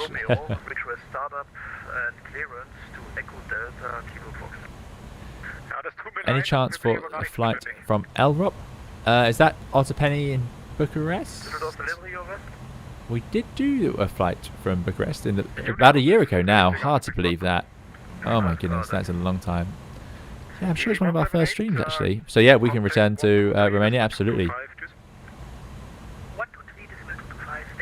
I'm going to need to keep an eye on Streamlabs. That's terrible. Simon Forrester says, flew the updated fly-by-wire dev to Nice from Stuttgart last night and was pleasantly surprised to see that now have added the bearing distance 2 in the progress page. Yes, they have. I need to make a video on that. I'm very excited about that. So that's the dev. I don't think it wasn't in the experimental version, but I'll try that soon. Lauren V says, opens Airbus manuals folder on my PC, only to find 737 manual. Well, you shouldn't admit that on this channel, surely. Yeah, 737 will be making an appearance on the channel soon. Don't worry, it will, it will. Hello, Saz. Hope you're doing well. 2 Point says, I thought I saw something flying on the left, but it's just dust speck on my screen. Yeah, and we've got our own dust specks. I mean, they must be a fair way away if they're not showing up at all on TCAS. Wish I knew what I was doing with this TCAS. It's quite... I'm not entirely convinced about this panel. I think I've said this before. Where is it? MCD menu. No. No. There's accept and cancel. So it's designed to be able to do CPDLC, I think. 3 doesn't work. No. No. Tune. If I hold it. That was an optimistic attempt. Holding things rarely works in airplanes. We would have to tune the ILS, must remember to do that. But no. I think I'm getting confused with the CRJ. You could do more with the CRJ. Yeah, that's in maps going to be the only way to do that, really.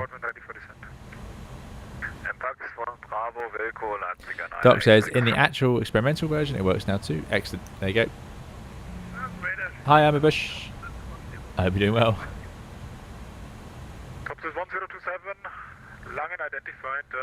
Sar says, thanks to you, I learned how to properly rechart and do a good landing. Fantastic. Great to hear it. Really great. Thanks for coming, Sars, and thanks for saying so. And yeah, I'm glad the chart tutorials were useful. You can use every tab or the soft key beside the squawk code. Try clicking the soft key behind.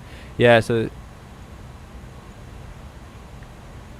Ah, there we go. Brilliant. Why didn't I think of that? Obviously.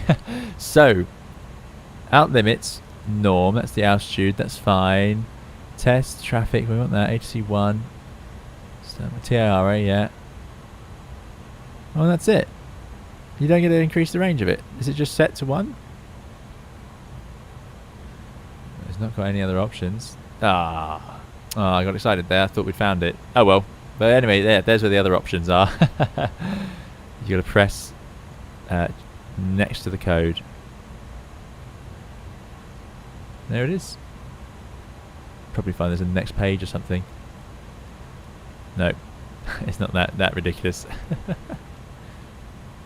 You can save frequencies in that little box and so on, but again, I don't see the worth. But the NE builds team did a great job simulating it all. Right heading 050 cleared ILS, runway 07, report established.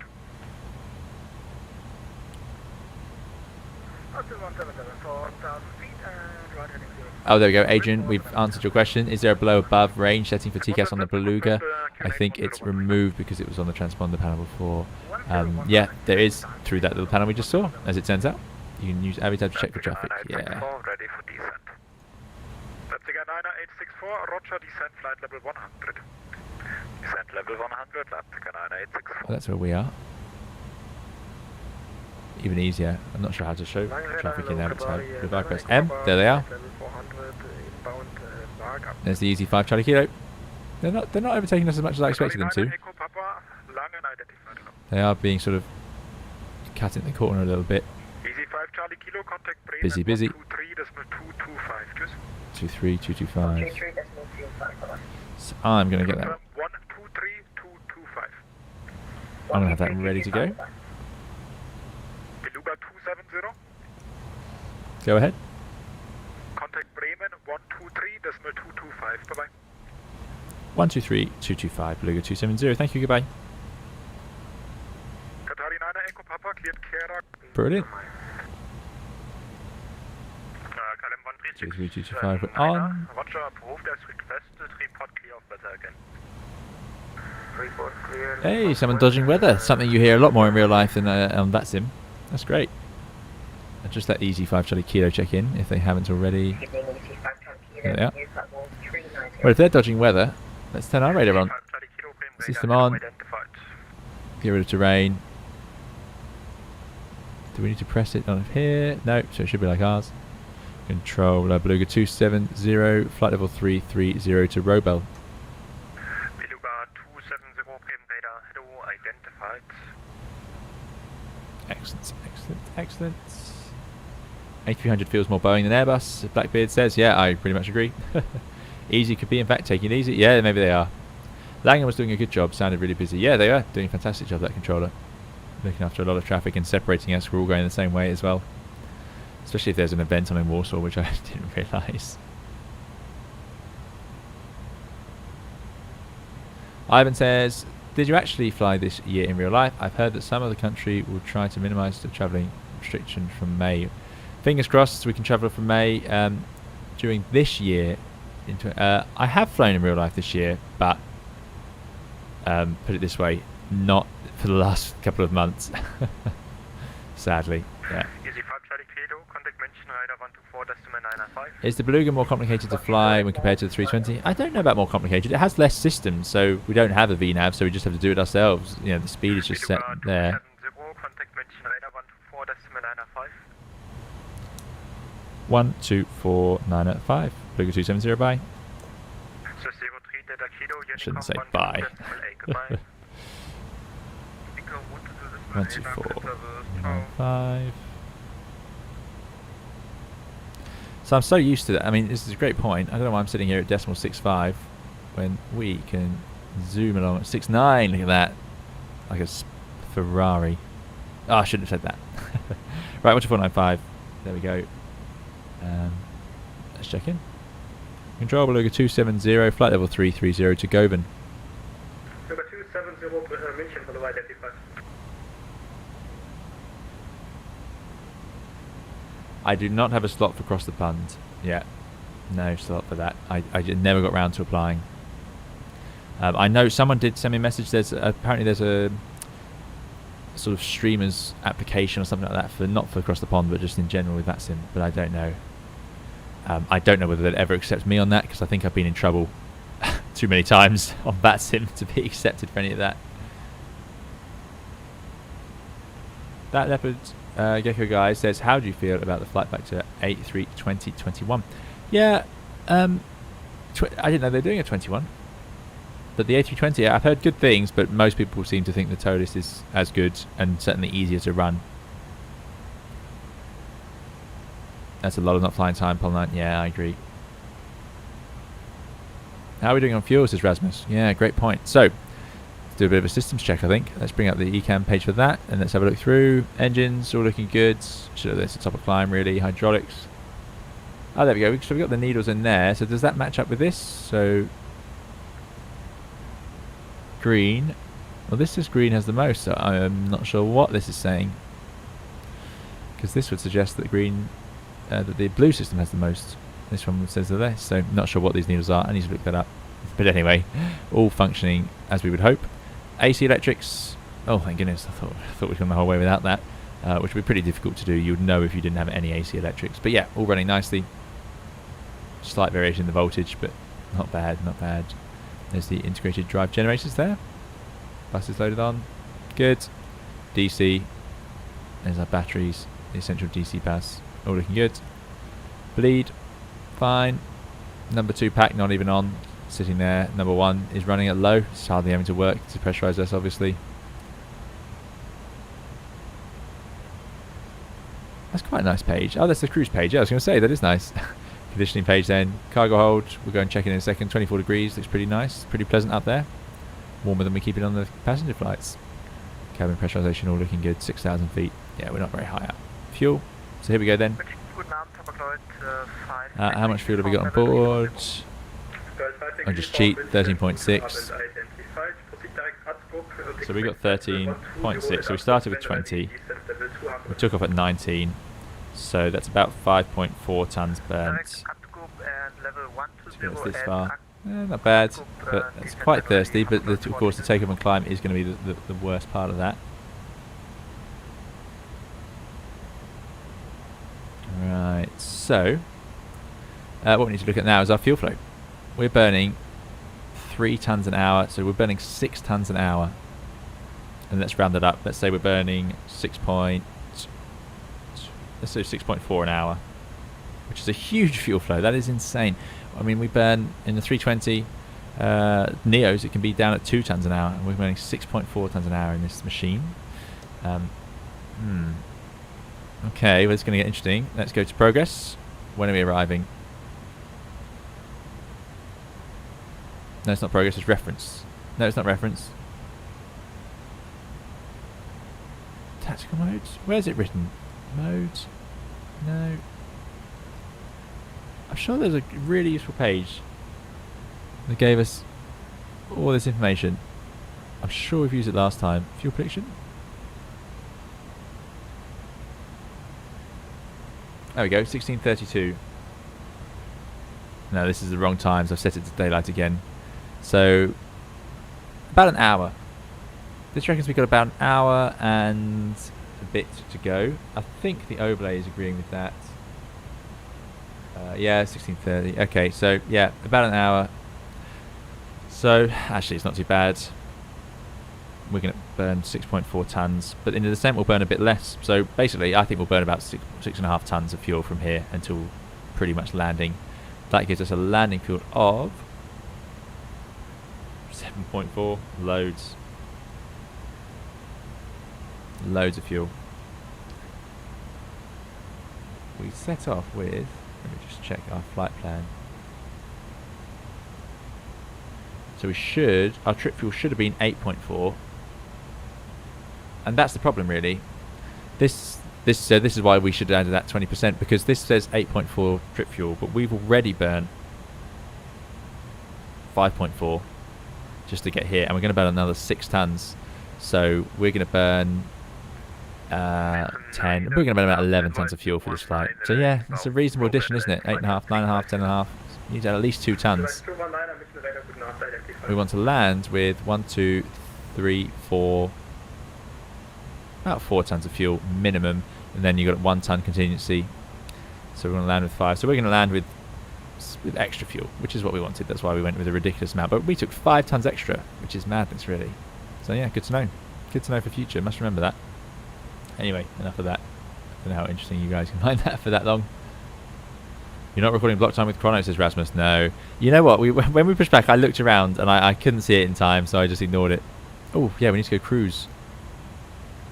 Oh, well, it didn't make any difference because obviously we're not running it. There we go.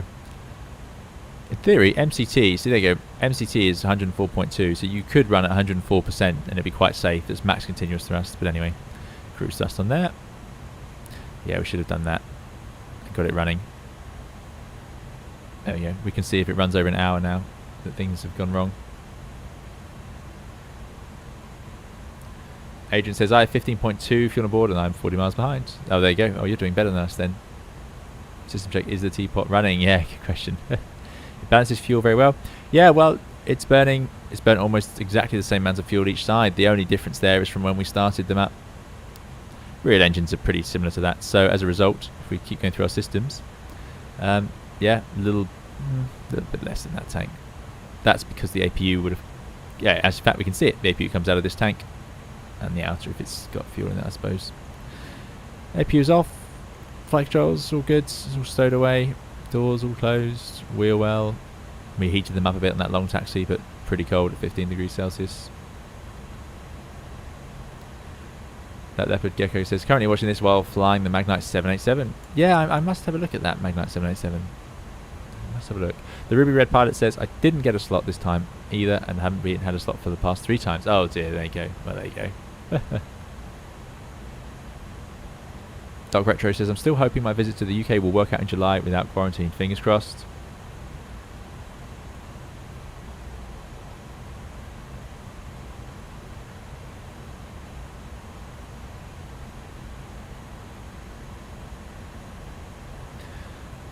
sorry, that's not a very interesting view for you guys.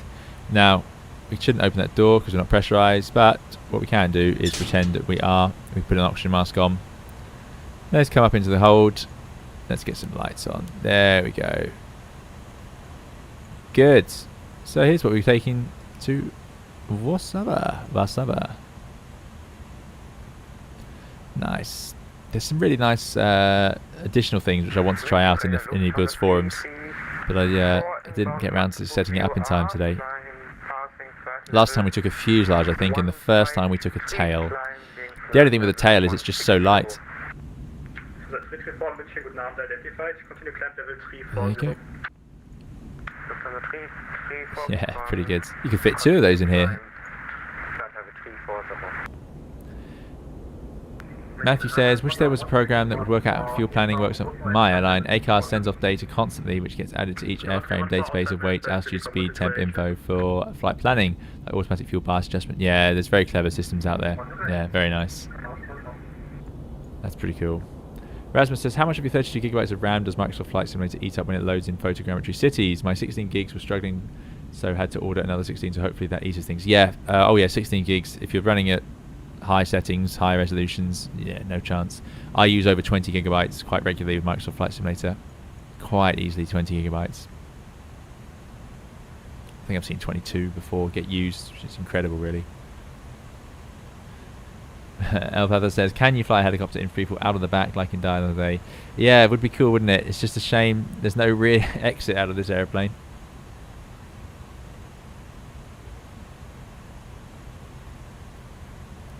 So Gosh says, one of my friends claims that pilots above London fly over the Thames in case of failure to crash into the river. Is that an urban legend or is it legit? So Gosh, what I'm imagining that's talking about helicopters and smaller VFR aircraft. There are some channels that these aircraft can use, but you're supposed to be able to land clear in these smaller aircraft. Airliners, no, that's not true for airliners. Definitely not. If you were to see the size of the Thames compared to, and the amount of bridges on it compared to somewhere like the Hudson, you'd see why it's just, yeah, no, that's not how commercial aircraft are done. But it's an interesting idea. I like the theory. But for smaller aircraft and helicopters that use London passages and there's routes, I know there are routes that follow the Thames, but whether that's to avoid the obstacles of the other, you know, there's loads of reasons to stay over the water, I suppose. But small aircraft will actually try and stay over land. So you're not supposed to end up ditching. But there you go. There we go. Bit of a wing view.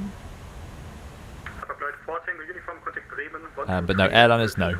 And that's the only one I actually know about. 123-225, Papa Lloyd for Tango Uniform, danke, tschüss.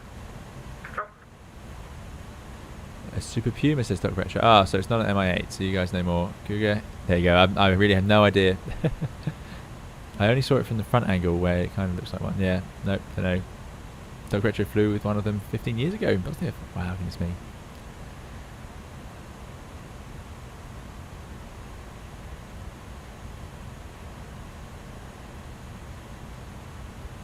So gosh, I mean, they if they were talking about airliners, then no. But maybe it's true though for small, like I say, small aircraft and helicopters. Yeah, I just don't know. It would make sense, wouldn't it, for helicopters and so on, to have that option. Lauren V says the Thames used to be much wider. It's also not really that deep. There you go. Matt says Fast and Furious 18, the rise of the Beluga. That would be good, wouldn't it? Surely they can fit a Beluga into a film somewhere. They always use 747s. Always. Can't we see the Beluga get some love? Tom says in New York the Hudson River is a VFR corridor. There you go. Lauren V says most of what used to be London today was once marsh and swamp. Yeah, pretty typical. Building a city on a river. Kadeko says, are there any non-Airbus operators of the Beluga? No. They made 5, I think. Ooh, I think 5, and that's theirs. I mean, it is technically a separate company. It's no, it won't show up on this one, but it is a separate company. But Airbus obviously it's just run in the same way. On the older liveries, you can see the name of the company written on the side of the cockpit. Yeah, look at all that. Look at the details, the ribs and rivets and things. Really nice. Which is funny because I never found the A300 to be that spectacular visually in X-Plane.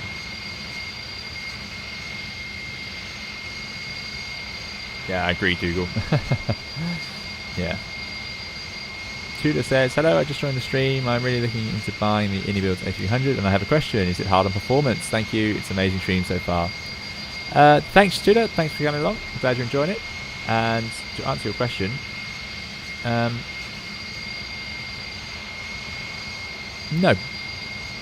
But I haven't flown the A300 in a long time. This is cheaper. So this is why I like this one a lot. But no, I don't think I've had no... well, saying that, I'm seeing some performance issues on my YouTube end. But no, Adrian Burke says A300 runs smoother than a flight factor A320, but slower than Toliss generally. There you go. So if you can run the Toliss pretty smoothly, it'll probably be okay, I'm guessing. They've done quite a good job sort of smoothing it out. When it launched, it had a few bugs and so on, but yeah, the A300's been smoothed out, and I think they're going to work to improve it soon.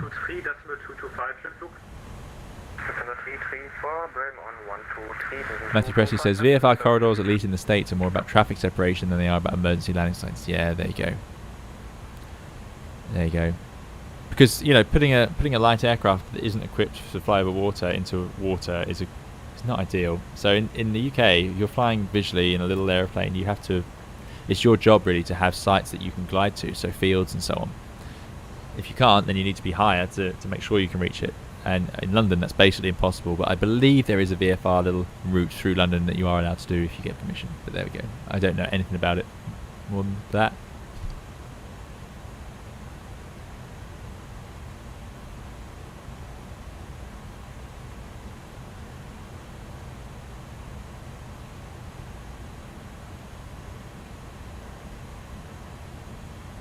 Lauren B is enjoying the history of London. Lauren B says fascinating stuff about the engineering projects centering around the Thames, embankments, bridges, railways, first tunnels, and then once you go to the height of the Victorian era, you get to the point of angry, dodgy businessman who hates one another, running these things and generally ruining them. There you go. Blackbeard, can't wait for the Toliss 340. I absolutely agree. Looking forward to that a lot. That is going to be great. Really excited about that.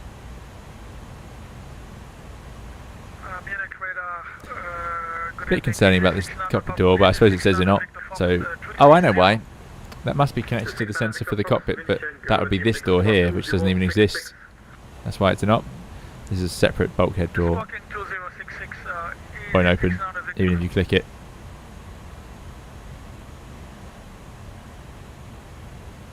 You can just peer out your little window. Hope you don't see anything running around in there while you're flying.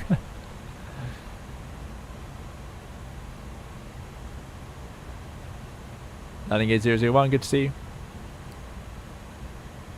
Landing gear 001 says, I wonder how long the Beluga would float if it ditched.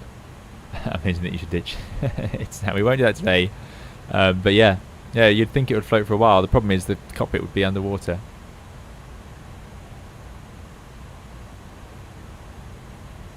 Hobby Sim says, is it true this plane is built only for the A380? No. This was around, I think, before the 380. No, it was around before the 380, I'm sure. Airbus has always had transport aircraft. So they had the Super Guppy before, which was built by Boeing. And they wanted their own eventually for various reasons. And it's quite a good way to move parts around that are just so big. But weirdly, the A380, their biggest plane, although this does transport some parts, things like the tail, a lot of the A380 is transported by road. It's too big to fit in this. Oh, there you go, Andy's got the answer. A380 parts never fitted, the wings went by sea. There you go, yeah, the wings wouldn't fit, would they? Blackbeard says, need more study level wide body airliners in X-Plane 11. Yeah, sounds like they're coming. 747-200, is that X-Plane coming soon? Yeah, the Emperor has a great question. The Emperor says, in your latest video, you mentioned flat 3 landing is considered standard in the A320. How is this, since the A320 seems to be in config full as standard and you need to change a number of settings? Agreed. It's just what it used to be said a lot. I can tell you now. I made that comment. It's a bit misleading in the sense that by default people land the Airbus flat full very commonly, but officially at one point anyway, and for some airlines, maybe I should say, maybe it's an airline thing, but I don't think so. But it could just be an airline thing. But yeah, saying that it's the standard is flap 3. The reason for that would simply be that flap 3 is the more efficient sort of landing. It's designed to do it, less drag, quieter, less fuel. But I know what you mean.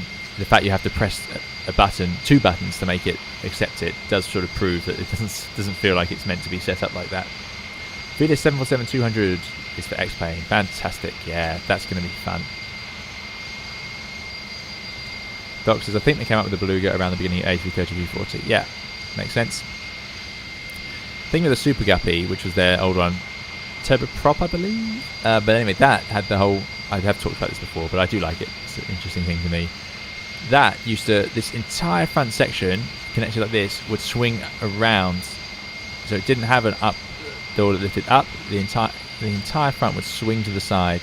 Incredible piece of engineering. I mean, can you believe they did that?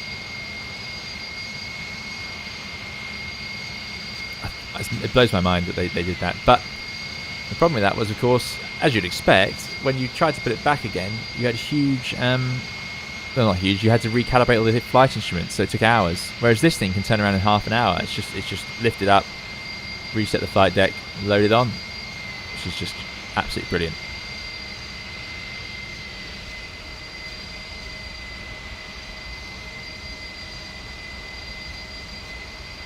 The 747-200 is in beta testing right now, and it's amazing. So where are you guys seeing the clips of it? I haven't seen any. I have to put them in the Discord if we do see any.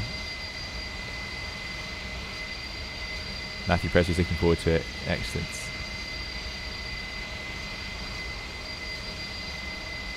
Wings 11, expedite descent, please. Okay, expediting forward.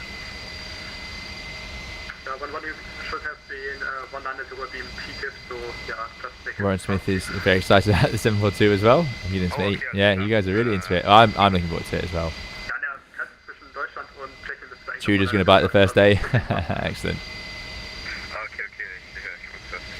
Ethan says, the A380 wings had to go through French streets after being transported by sea. There you go. Yep.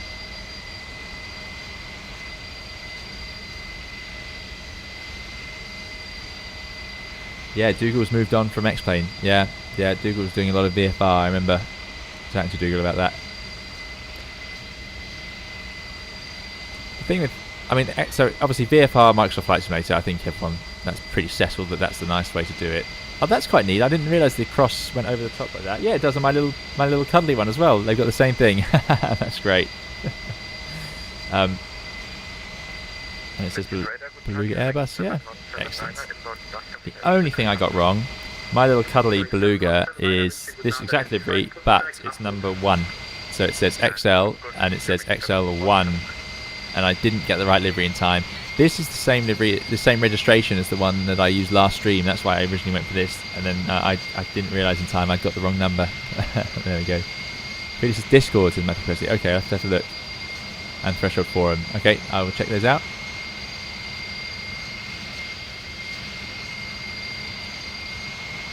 On Discord. Good old Discord, eh? I didn't even know what Discord was this time last year. It was you guys who forced me to get it for the server, and it was great. Such a good idea.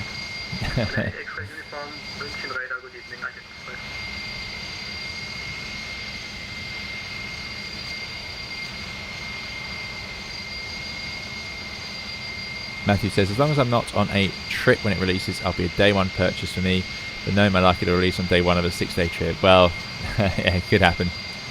You have to get a simming laptop like I used to. Well, that's how I ran this channel originally.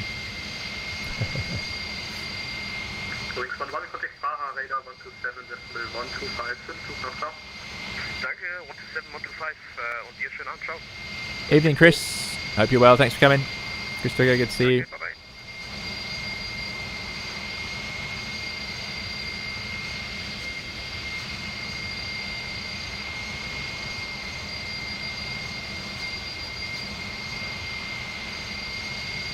Tudor says, would a turboprop jumbo jet be possible? I mean, I guess we already had them, but I'm talking about the 747 size, maybe for the future of aviation. So, the A400 would be the closest to that. I think that's the biggest turboprop out there at the moment. But yeah, absolutely, you could make a turboprop jumbo jet. You could make it whatever you want, but it would probably have to have 4 of those engines. And then the problem with turboprops is they're great for short distance because they're very efficient at the lower levels. They're not so efficient higher up. The problem with them is that they don't go as fast. If you don't go as high, you're not getting that true airspeed. Remember, because we're up at, we're only at 3.3, it's not even as high as we could go, but our true airspeed is 400 knots. 400. If we were down at flight level 250, where a turboprop might be, our true airspeed will be lower. You know, it'd be then 350 or something like that. So over a few hours, that stops being efficient because it means that your flight's going to be a couple of hours longer, and that means 2 hours more fuel. So even though your fuel burn per person per hour is lower, if you're then in the air for another 2 hours, it's not that great. So yeah, unlikely to see a jumbo jet now, especially with the new style engines. They're really starting to perfect. These are old jet engines really. Now they're getting there with the huge fan intakes. So what you're more likely to see is a jumbo jet aircraft with massive great engines. I don't know why they haven't started fitting into the top of the wing like the Honda jet. Like you have a little pylon here and then just a huge, then you can have an engine as big as you want, couldn't you? Might ruin the view for the passengers though.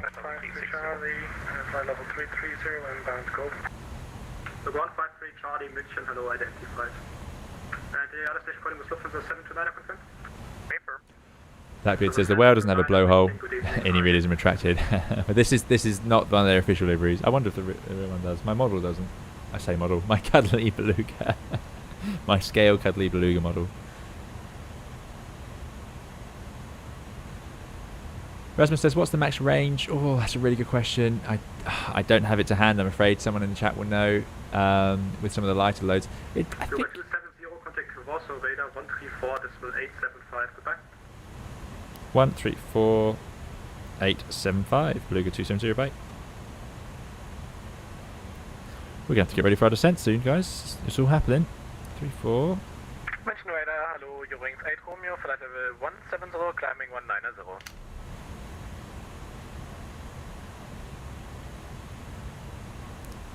Oh, let's check where we're going. Going still.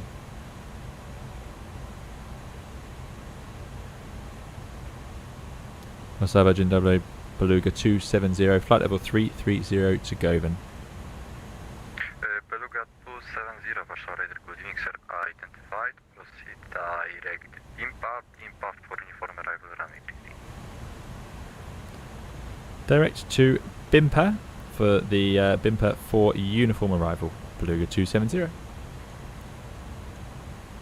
Perfect. Right, so I didn't do any of that because I'm way behind.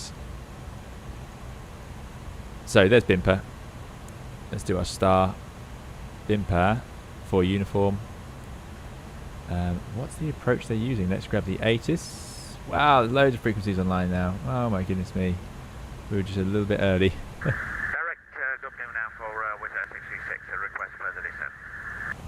Okay, right. Warsaw information kilo. Uniform arrivals for Alice Yankee runway 33. There we go.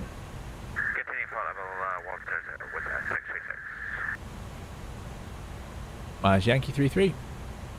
Got the transition. Insert. So let's just have a look at that to make sure we have a rough idea of what we're doing. Plan. Robel, Govan. Oh, I'm going to zoom in a bit more. Fine. Very straightforward. And then to Erleg. Quite a gap there. Let's just check the charts. Oh, hold on. And we were supposed to go direct somewhere, weren't we?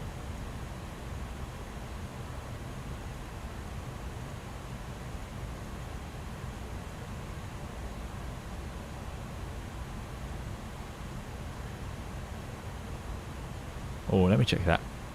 Vasava, apologies for Beluga 270. Can we route direct to Bimpa? Beluga 270, correct, direct Bimpa. Thank you, direct Bimpa, Beluga 270. Oh, there we go, Bimpa. Okay. Airports. Goodness me, how do I do this a year later and I'm still streaming in the same... Oh no, there it is. Okay, right, so weather, light northeasterly breeze, but hopefully not too much of a crosswind, so the Beluga, it does become a real handful without any nose wheel steering at all. Yeah, there we go. Range fully loaded is about 1,000 nautical miles, says Dr. Retro. Thanks, Dr. Retro. Google says 4,000 kilometers at max load. There you go. Thanks, Tango Delta. Landing Gear says, have you tried the A318 for Microsoft Flight Simulator? No, I've only tried the A321X. I haven't tried any of the Project Maker Pack either because I can't risk the A321X install going wrong. Obviously, it's too critical to my YouTube channel now. Matthew Presley says they tested an unducted fan on the old MD-80. Nothing ever came of it. Yeah, the unducted fan was amazing. It looks a bit like a turboprop. Similar principle. Turbine engine, big propeller. We've been before uniform arrival for runway 33 Airbus 219er.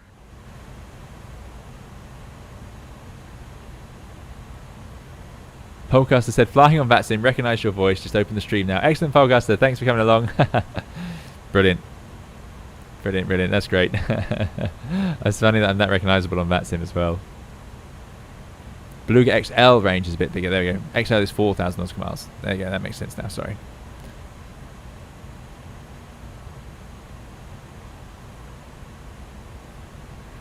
Ethan's Aviation says, what do you think of the Queen of the Skies? No, I like the 747. I especially like flying the 400. I'm excited for the 200 because that's going to be good fun as well. No, I do like... If that's the Queen of the Skies we're talking about today. Or do you mean the A380? Oh, can I even say that?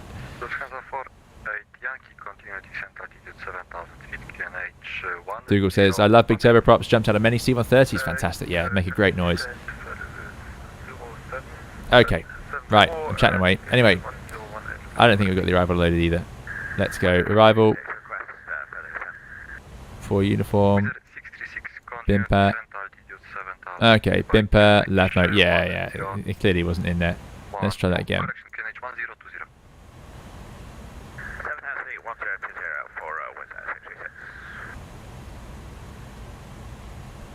Huh.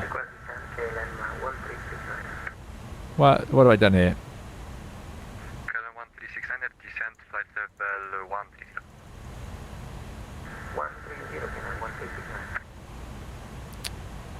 Now we did this before and we fixed it. I've done this before. What did we do to fix it?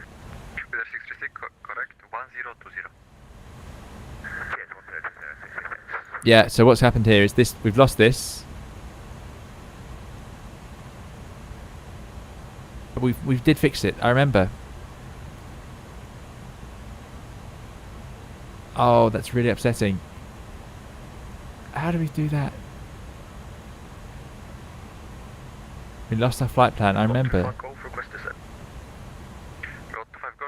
It should be on this page. There it is. We just scrolled all the way off it. Really weird. Because if I keep scrolling down, it just keeps going. Right, there we go. Okay, so the arrival didn't go in at all. That would explain everything. I'm making this look really difficult. Oh, and that's the alternate. There it is. Ah, there's an alert. So we did get one alert. No, 100% 747 says Ethan's Aviation. Excellent.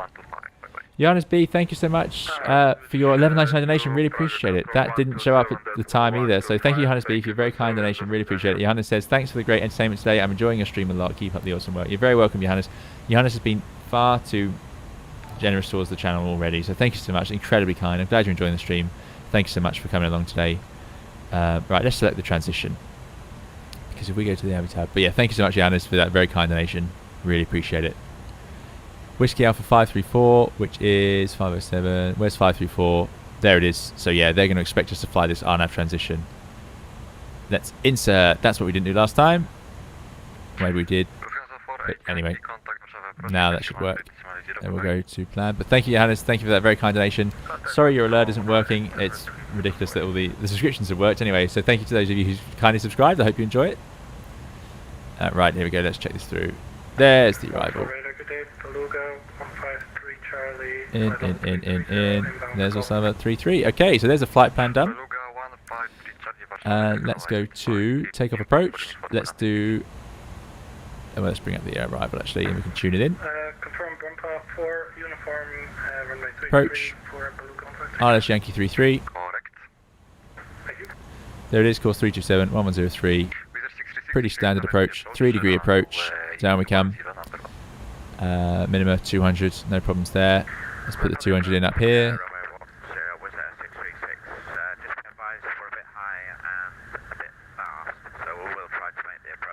There we go.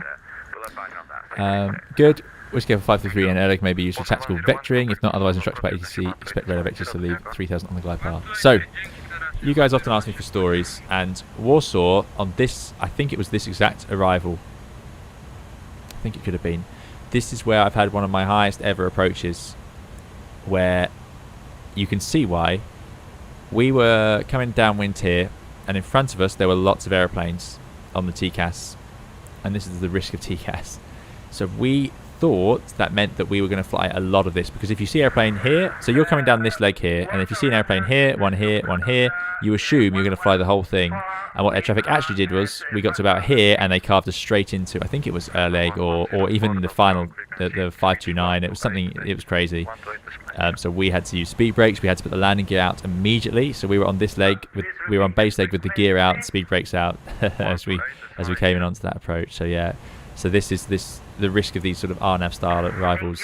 You've got to be ready to turn in, and we were just pretty convinced that that wasn't going to be the case for us, because we could see so many airplanes in front of us and it sounded really busy. But there you go. Right, 554 MDA. Put it in there. I'm not sure which one it wants. There's final approach mode. We won't do that just yet. So let's just choose our landing flap. Airport. Oh, too many airport charts. You know I don't like that. Right, 3-3. Nice long runway, 3,700 meters, but we're going to land quite cut into it. And then we're going to roll out Sierra 1 probably. No, I think maybe Sierra 2. Loads of options to vacate at those. So I think we'll do a flap. We'll do a normal landing flap, 30-40. We won't do the reduced flap. But what we will do, as a result, is put in some low auto brake. I think low auto brake idle reverse, which worked nicely for that. Okay. Getting towards our top of descent, although that top of descent is wrong, but it's conservative. We can descend later than that, and we'll have enough drag to descend, no problem at all. Right, so we've done flight plan, we've done our radio navigate. Radio navigate, that was it. So I'm still just going through my normal flow in my head. So we've got to tune the ILS, just remember, I think, 1103. Good evening, 103, course 327. There we go. That's in. Excellent, excellent. Good, so that'd be radnav. We'd also have progress. But again, I don't use the progress page much here, but we could put in the runway. I use it in the Airbus, but I say the real one. But yeah, it's not quite as easy to see on this. I suppose it is. It's sort of still just progress page, I guess, but there it is. Anyway, it's just not where I expect the button to be. That's why I keep missing it. I think secondary, I'm just going to, I would copy it over, but actually I'm not going to fiddle with that. And there's our route all the way to the threshold and the go around. So yeah, let's check that go around. If we go around, climb straight ahead to 327. To Zelto, then left turn to Mulzat, which is rising out in front of me. 3,000 feet is the altitude we're going to set. So on final approach, guys, please remind me, we need 3,000 feet in the window for the go around, and I must press Toga on here. Probably do it now, but I think you're supposed to do that on final. So just putting in that minimum over here. Simple 200s. Great stuff. MSA 25, quite low down, so not much in terms of terrain issues for this one. After landing, so vacate off to the right, terminals are over here. I don't know where they'd send us. No doubt it won't be any of these, because it never is on the chart I've got, ever. Good, so there we go, there's a bit of a plan. The start is pretty straightforward. We've talked about the biggest threat, getting cut in.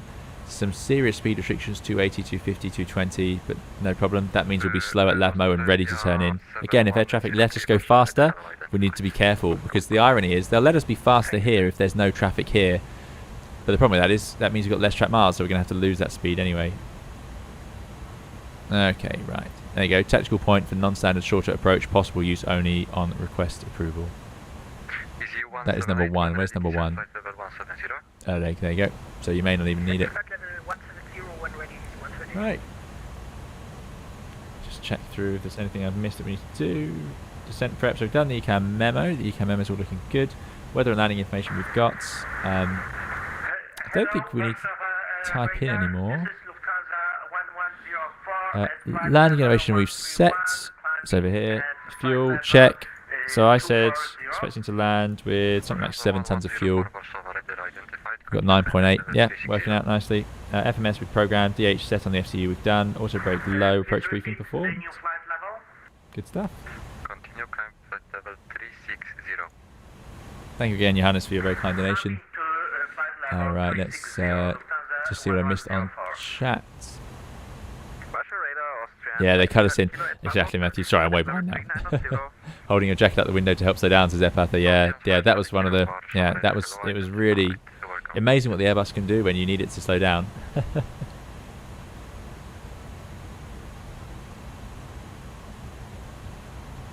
Yeah, if you're enjoying it, do please hit the like button. We're doing quite well, actually. Almost 200 likes for 235 viewers. Very good. Thank you, guys. Thank you. Really appreciate it. Thank you for subscribing, Landing Gear 001. We can do that. Doc Retro, sorry. Doc Retro's had to go. Hope you're doing well. Thanks for coming along. Johanna says, hello, may I ask, do you think it's safe to download Project Measure Pack 330 and compatibility of fly-by-wire? I don't know. I'm not going to do it. Put it that way. But, yeah, I don't know. Kai, good to see you. Kai says, hello, just had dinner. Excellent, Kai. I hope you had a good one. I'm getting hungry now. Matthew says, do you think they'd give you a gentle nudge with an expedite descent in that situation before dropping you on the bombshell base 10? Yeah, exactly. You would have thought so. But they didn't. Didn't happen that day. We'll just open the cargo door today if you need to slow down. Yeah, that'll do it. Ollie Nat says, hello, I'm here to see the descent. Just got home. Sorry I missed the start. I was going to fly along if I got home earlier. No problem, Ollie. Thanks for coming along. Hope you're doing well. Matt says, does ATC ask if you can do a short final before they cut you in? I've been asked when flying GA if we can accommodate a short final. Great question, Matt. Often they do, not always. Some airports will just expect you to make it, or they don't care, or they'll expect you to tell them if you can't. Some airports will check before they give it to you. Yeah. In fact, more often than not, air traffic control, if they know you're high, they'll ask you.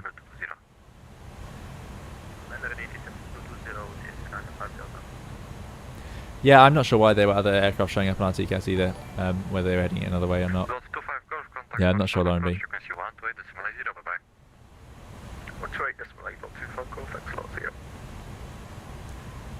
Danny Rubel, thank you so much for your $259 donation. Really appreciate it, Danny. Danny says, hey, Captain, seems like I just made it in time for the descent and approach. Good to see you, Danny. Thank you for coming along, and thank you once again for your very kind donation. Really appreciate it. I hope you're doing well. And, yeah, we are heading down fairly shortly. We're going to be able to dive down with our huge drag available to us. It's basically like having the speed brakes out the whole way down. But yeah, thank you very much for your kind donation. Appreciate it, Danny.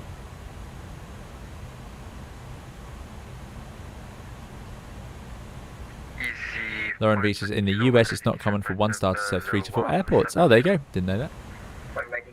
CH says, looks like the A300 Yep, very similar, but it's the Beluga. Victor Tango says, I went to Warsaw about 3 years ago for software security conference. I had a great time there, especially because my colleague was Polish. Oh, brilliant, yeah.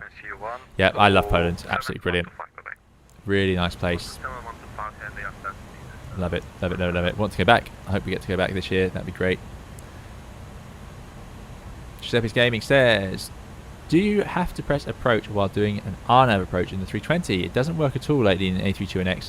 What about a lock approach? You just press lock. Yes, localizer approach, you just press lock.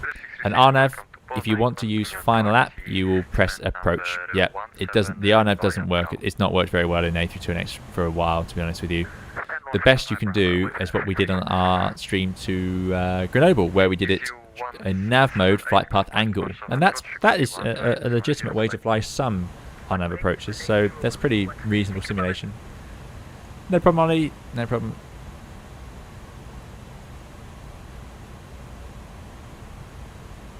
Arnav says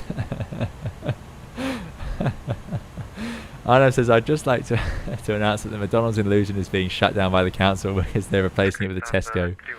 So contact me on Discord to bring back our McDonald's. There you go. Oh dear.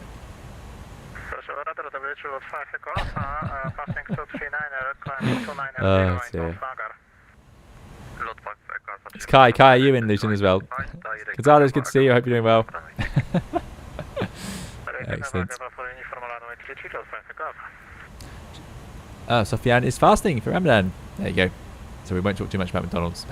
Seppi says that Project Measure Pack is A330 is pretty bad for now, so not worth fiddling with until if they improve it a lot. There you go. Yeah, I can't give up the A320 cockpit, and I haven't tried the 330. I just don't know. Checkpoint says McDonald's sure sounds nice, but I'm trying to lose some weight now. The miss is gone for a while. Might be a nice surprise. There you go. Brilliant. How was Kai Tak, Matteo? Matteo's conquered Kai Tak. Brilliant. Excellent. Excellent. Yeah, I've got to try that. Lauren V says, I've been asked flying an airliner even if I can accommodate a short final, but also to keep my speed above 180 until 4 at the same time. Yeah, so that's really... Some air traffic controllers won't fully comprehend what they're asking you for there. Keeping the speed up is a big problem in their jets, yeah. Victor Tango's going to have dinner soon. Chinese-inspired stir-fry. Sounds delicious. Excellent, Victor Tango. Enjoy that. Matamot says, ever thought about using a passenger simulation tool like PackX? Yes, I have. I have PackX ready to go. I need to practice with it to make sure I know what I'm doing with it before we set off. Yep. I did a survey on that ages ago. It's taken me ages to get around to it. As everything. Brainslug says, have you seen the Guppy aircraft? It's sort of like Beluga but turboprop. We have indeed, yet. Guppy was what we came before this. Yeah, we chatted a little bit about it earlier. Really cool machine.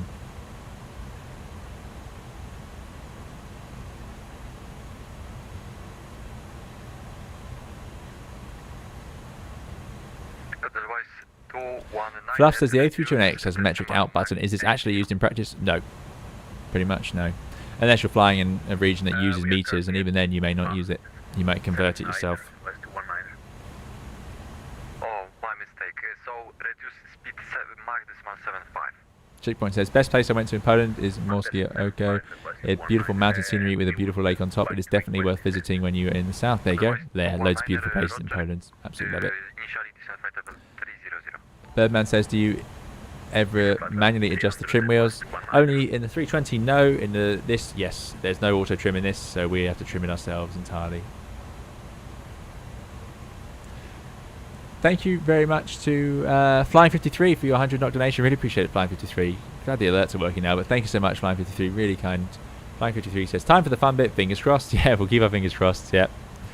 Excellent. Thank you so much, Flying 53, for that very kind donation. I hope you're doing very well in Norway. Norwegian krona appearing again, which is great. So thanks so much. Really appreciate it. And he says, I was once asked to do 180 to 4 in a TC3. There you go. That would be a bit difficult for the opposite reasons. Is there any terrain in Poland? Says Danny Rebel. Yeah, there are some higher parts. Yeah, definitely. Giuseppe says, that's what I do as well, but you don't get the flare indication and such. Correct. Not that it's such an issue, of course. Yeah, so in final app mode, the A320 you can't auto land off final app. So you press the approach button, but you won't have the LS button on. So we can bring that up now. There. So that wouldn't be on.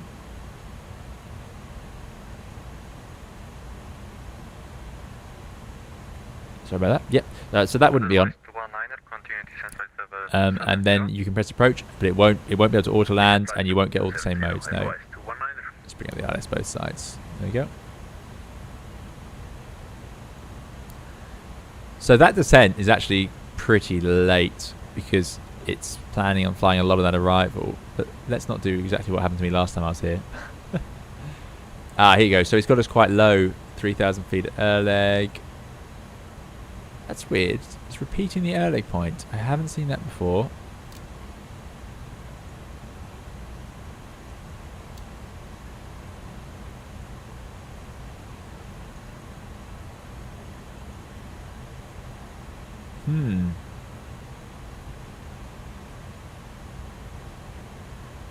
So this is because I think that's got one for the start and one for the approach. That is interesting. I've not seen that. I don't know how it's going to behave. I'm curious now, so we'll just leave it to it. we won't ever know what the real airplane would do, but that's what it's going here. So beam the airfield, I want to look. So I want to be about 7,000 feet above the airfield to beam it. It's only 300 foot elevation, so 7,000 feet at beam will be fine. So Lavmo, we're going to be flight level 79. So yeah, I think this vertical profile is pretty good for us. But remember, it's nonsense. So actually, I don't know why I'm bothering to check it, because we're not going to follow this at all. We're going to do it ourselves.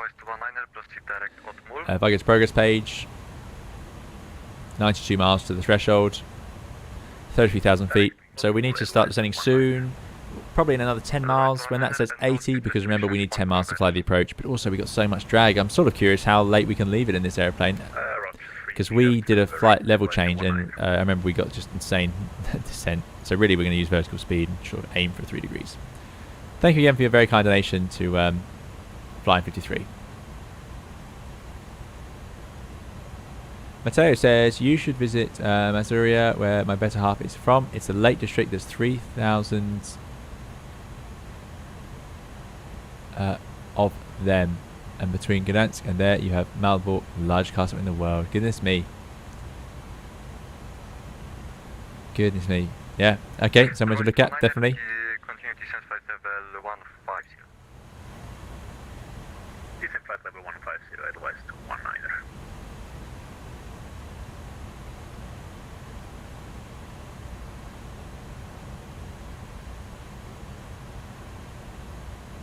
Sofiane says, if you didn't know, I'm a 16-year-old kid that wishes to become a commercial pilot, and I've been following you after getting Microsoft Flight Simulator 2020. You're really inspiring. Thank you so much, Sofiane. Really, really kind to hear. Thank you, and good luck. I hope you make it. Yep, brilliant. Again, it always humbles me how many people, or whenever anyone says that they've been inspired by our channel. I really didn't expect that, actually, I must admit. So that's great. So thank you so much. Thanks for coming along, Sofiane, and thank you for being kind enough to say so. And yeah, good luck to you. I hope it, and fingers crossed, as this year moves on, we can get aviation back up and running.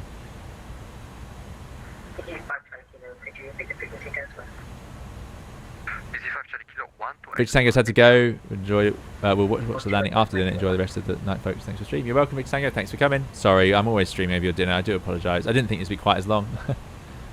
Warsaw is the most beautiful city I've ever visited. Oh no, Raslava? It's the most beautiful city I've ever visited. Really recommend. There you go. Beluga 270, when ready, descent flight level 170. When ready, descent flight level 170. Beluga 270. Cool. Advice 219er, contact Warsaw approach frequency 128. It's time. 128.80 for advice 219, goodbye, nice. Zoom. 170. We're not going to do... Yeah, we're going to do that. 3 degrees. Let's just do 3 degrees. So 400 knots. It's just over 2,000 feet per minute. Let's do 2,200 feet per minute. That might be too much, actually. Stand by. Get those speed brakes out. We need to get that speed back before we start doing that. I'm surprised. Yeah, I'm surprised it's gone to a... There we go. Thrust back. Start with 1500. That's the problem. If you're right up at the barber's pole at the start of the descent up here, you could just be too close. Anyway, down to 170. Radar 124.950. Go back to constraints. Asturias 7103. Bye-bye.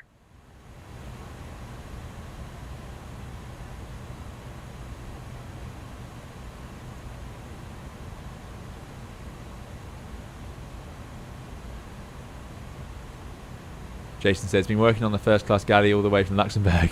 Roast beef Sunday dinner is now being served. Fantastic. Enjoy that. Brilliant.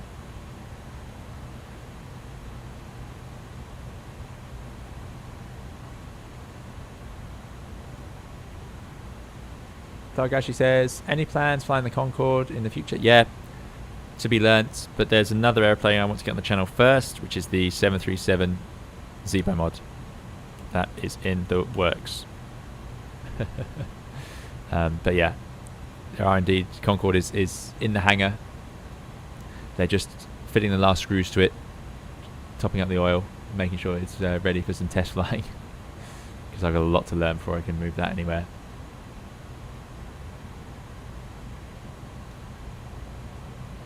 Adrian Burke says, I'm still out of the DRS zone. Beluga 270. Where's Beluga 270?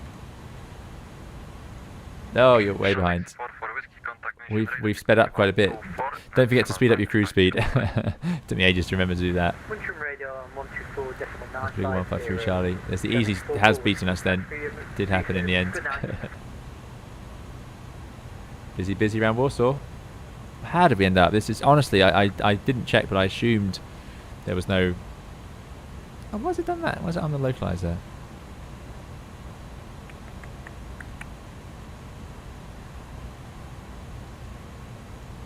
That's odd.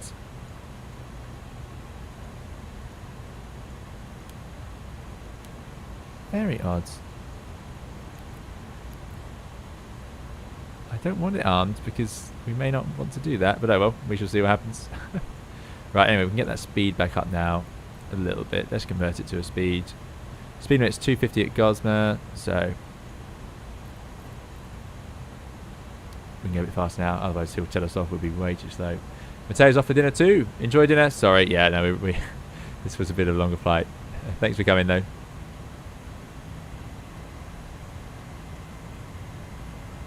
When do you change from Mach to not? Says Bond Blackbeard. So if we were descending at Mach decimal 66, but we want to convert to sort of 270, then we would have just done it when it crossed over.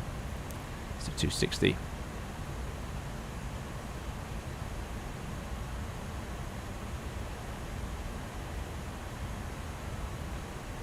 Point says the Polish alphabet is strange. That's why I didn't manage to learn Polish yet. The L is produced as W and the W is pronounced as a V. Not to mention all the CZ, SZ. Yeah, yeah. It takes some practice. And there's a lot of place names when I was in Poland that I struggled with at first. Zero's coming indeed, Andy. Chickpoint says the town my miss comes from is called Mizhonov. Mizhonov? That's going to be my guess at that. Mizhonov. The other one, Wroclaw, which is written quite differently to that if you were to just try and say it in English. Lauren V says, flight deck to Sim was saying he'd take the Toliss 321 across the pond if you took the Zebo. Oh, was he really? Excellent. That's a shame then, I should have got across the pond. We could have done the Zebo. I have to do a sort of crossover.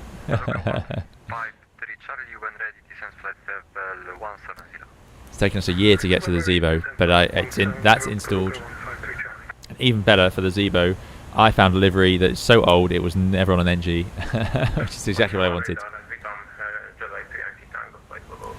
Sofiane says, if you are, I just want to say, it's about being laid off. I hope everything goes well. The planes for the skies again. It's really heartbreaking where aviation is right now. I wish you all the luck, you any pilot. Thanks so much, Sofiane. I'm lucky enough to still have a job, but I'm not flying at the moment. So, yeah, no, I am lucky enough. But fingers crossed for everyone. I know a lot of people have lost their jobs already. I just really hope we don't have to see any more of that and hopefully get those people back in flying later this year. The Zebo is an awesome aircraft to fly. You'll love it, says Matt. Yeah, I've been enjoying it so far, definitely. NSJN says, it's nice to see so many poles here, or people connected to the poles. Yeah, it's great. That's why it's quite fun to make sure we fly to these other countries, because we just get so many. Nice try, says Chick Point, but don't worry, I still can't pronounce it properly after 5 years. There you go. Mshonov says Sagosh. Okay, interesting. Rzesz is another place I know. That's a little town, a little part of near Gdansk. Or actually, it's not really called Gdansk, it's Gdansk. This is more one syllable than two syllables. Gdansk.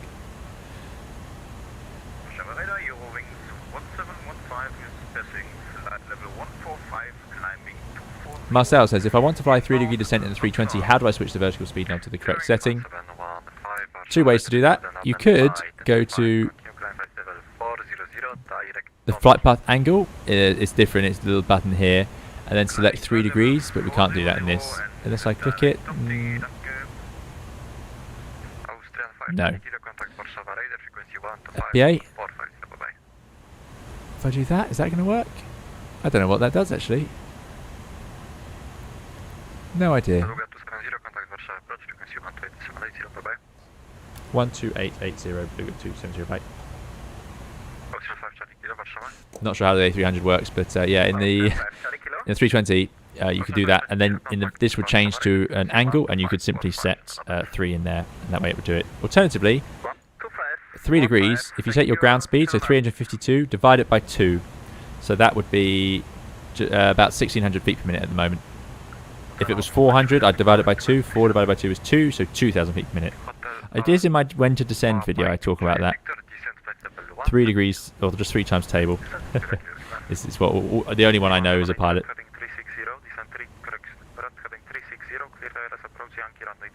128, so this is the approach. Let's just get the latest ATIS.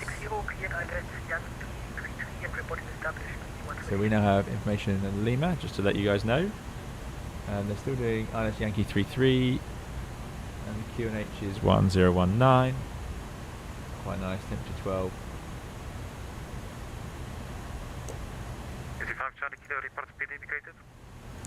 How are we doing for altitude? 21,000 feet. We are way too high. Let's try it out. Go on, we've got to do it. I want flight level changed. Down we go. Although, it's going to just go mad, isn't it? Also, GNW Beluga 270 descending flight level 170 to Gomsa A300-600ST with Lima.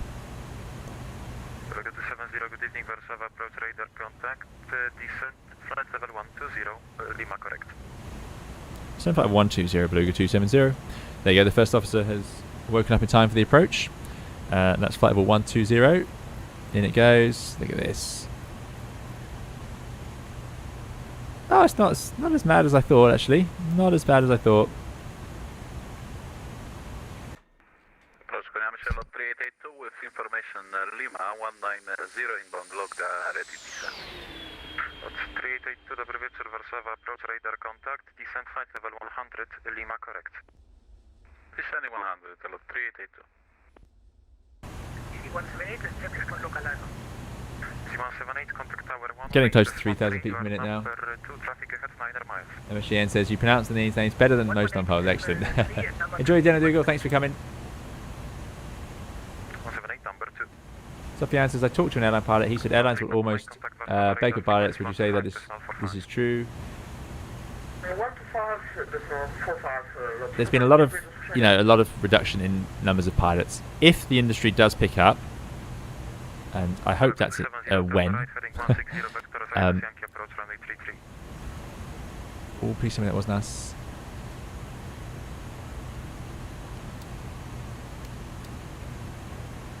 Beluga 270, turn right, heading 160, vectors for ILS approach, runway 33. Right, heading 160 and vectors for the ILS 33, Beluga 270. Otherwise, 219 left, heading 05. Yeah, there's likely to be a shortage at some point because airlines will be growing again. And oh yeah, we should click that. There we go, to keep it updated. Heading bugs. Why would you need a heading bug that needs updating? Ridiculous. Heading 160. I'm so glad Airbus got rid of that. Great design. Let's get the cruise page back. There we go. 160. So there's runway 33. We've got 10 miles, but we're going to level off at 120 at beam. So we are going to be really high at beam the airfield. So let's just keep it in flight level change, diving down. Let's put that back to normal flight directors. So there will be a shortage just because of the numbers having reduced and when they grow. But it won't. When I say shortage, I just mean there'll be recruitment. I don't know whether there'll be an actual shortage. That's a different thing. But I hear there's recruitment going on in America, which is great. But America is able to fly around at the moment because it's got domestic market, which we just don't have available here in Europe, sadly. And he says it's usually good. It's usually good to hear your captain say, "I have no idea what that does" when fiddling with random buttons. Yeah. 360 degrees and down to 3,000 feet. Lauren V says the exact commentary was how you hadn't flown the Zibo yet, and he said he'd definitely take the Toliss if you took the Zibo. And it was almost a week ago. No, that's fine. Yeah. I will. We'll get the Zibo on the channel. We will soon.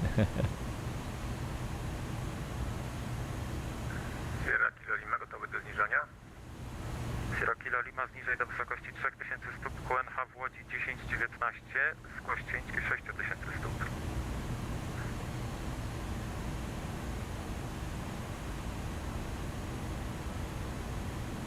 Airplane Aviation, good to see you. Yeah, American Airlines bringing back pilots. There you go. Excellent. Sierra Kilo Lima, Warszawa. Sierra Kilo Lima. Look at this level off. That's going to have to be aggressive. Outstar. Up comes the nose. Ooh, 200 feet, doing 2,000 feet per minute. That is... You'd feel this level off. My goodness. That would be really something. Goodness me, that would have been an intense level.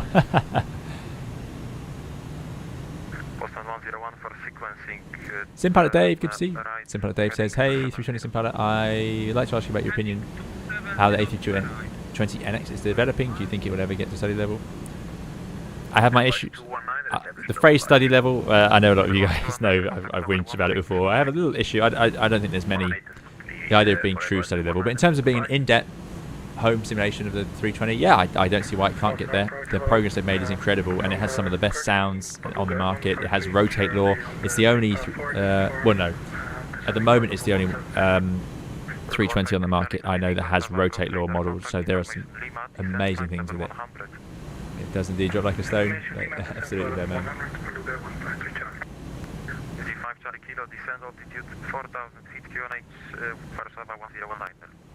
Fingers crossed, Toga. Yeah, I agree. Fingers crossed. Matthew Pressy says, hiring is starting over here again. We're running 60 pilots per month.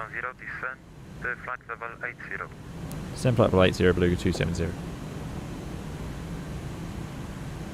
So I'm not going to mess around here. We are just going to get down to 80 and go. Why is it armed and localized? I don't understand that. Don't understand. Yeah, so in America has the big advantage, which is the domestic market, and if Europe was all following, so if all of Europe and the UK were all working to the same rules, so locking down at the same time, opening up at the same time, maybe we'd still have a ability to fly intra-Europe, you know, because it's just a shame we don't have that option, because we're all following our own rules, which means that every country in so many small areas, it's such a small area, is changing and working on different rules. So for now it's not happening, but fingers crossed. Canada's aviation has not rebounded at all. Confirm heading 110 for Beluga 270. Beluga 270, affirm left heading 110. Left heading 110 Beluga 270. Okay, I need to I'm going to listen a bit more to air traffic control now, because I'm starting to annoy them, I think. And I don't blame them. Heading 110. We're diving down. There's 10,000 feet. Landing lights on. Seatbelt signs are on. Looking at our progress page, distance to the runway 16 miles, 980. We need 27, so we are incredibly high, but we are just plummeting out the sky.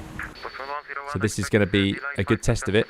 It took us, and this was the other thing. I remember the same thing happening when we came before, where our descent wasn't given to us quite where we expected. So you start to think they're keeping you high for a reason.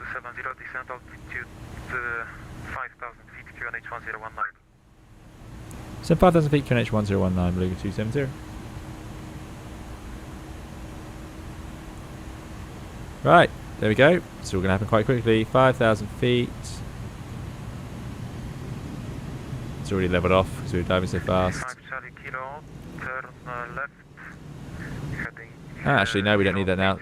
Let's do the vertical speeds. 5,000 feet. Vertical speed is in, out. And let's go to the QNH. 10. 19.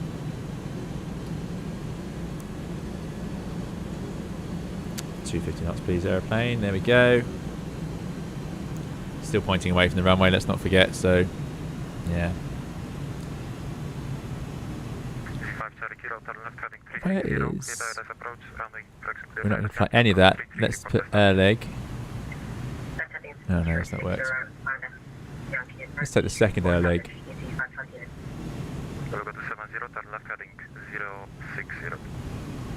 Left heading 060, Beluga 270. That's 382, turn right, heading 070, descent. 060. There we go. Still on the base leg. Gentle descent's all we need here. Love the dirt and so on the screens as the sun goes through it. Next plane looking really nice at times. Right, what have we got from here? Approach, signs are set, briefing is confirmed, ECAM status checked, altimeters are set, both 1019, 1019. Minimum set, left and right, ignition continuous. So 4,000 feet, Beluga 270. 4,000 feet, and Continuous ignition. Landing elevation set. 101, go ahead. Next is the landing checklist. Seppi says, study level is a mock definition. Insecure people to avoid admitting to themselves that they're playing pretend pilot games on PC. I know it's harsh but true. I won't comment on that, Giuseppe. That was Giuseppe's thoughts. Beluga 70, left heading 360, descent 3,000 feet, clear the ILS approach, Yankee runway 33, report established number 2. Left heading 360, descend 3,000 feet, cleared ILS Yankee 33, Beluga 270. Approach the bridge, Alpha Echo Alpha, passing 226. Right, left. 170, information Lima, inbound takeoff. Glide slope's getting below us. Time to go down. 17 miles out though, plenty of room. Arm that. More of the problem is the speed. Where was it? Final approach. Is that going to matter? Probably not. Let's run the speed right back. Let's go to 200. Bit of speed rate just to help it slow down. Yeah, so the reason I don't like the phrase study level is simply because I worry that someone who's about to really learn to fly one of these aircraft might think that the simulator is good enough to there you go, localizer out, glide slope all arms, perfect. So my point is that the only simulators that are going to work are the ones that your company has, and even they may not, because they may not represent the exact airplanes. They may be variations. So you're never going to be able to test. I wouldn't ever trust even a really in-depth simulation to practice what systems failures might involve, things like that. That's what I mean by that. So yeah, but you know there are definitely plenty of good in-depth ones. Right, landing. We should go to this. So there you go. VAP is 128. Quite slow. Landing at 30, flaps 1340, and minimum clean 186. So we can go a bit slower than our speed tape is suggesting. There's Lockstar. Intercepting that. Let's get that radial descent right back now. And he wants us to report established. Distance to go now, 13 miles, 200 knots. Yeah, we're fine. Let's go to flaps 1 though, because I don't like sitting there looking at that. It's very upsetting.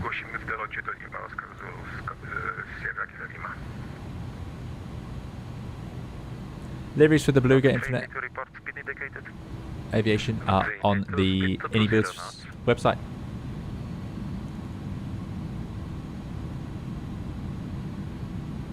All stations information, Mike is correct.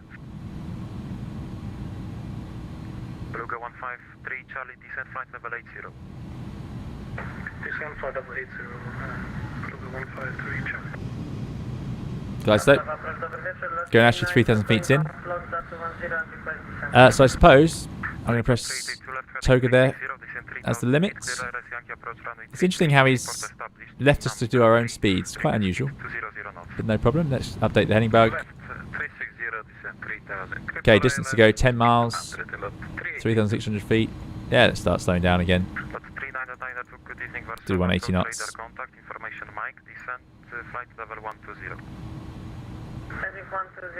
Okay. Thanks, Rasmus. Yep, 3,000 in Toga. Brilliant. Thank you. You guys are kids.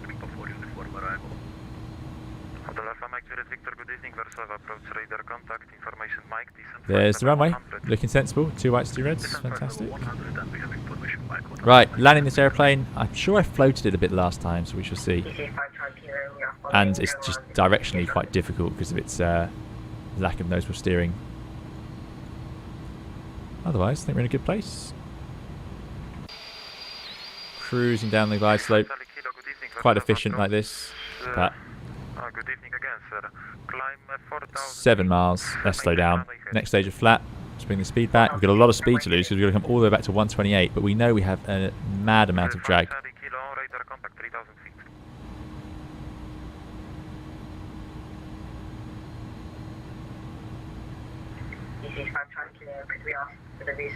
Long-term pilots will be needed, says Tom Corwine. Everyone focuses on the near future, but eventually jobs will come. Yeah, I do agree.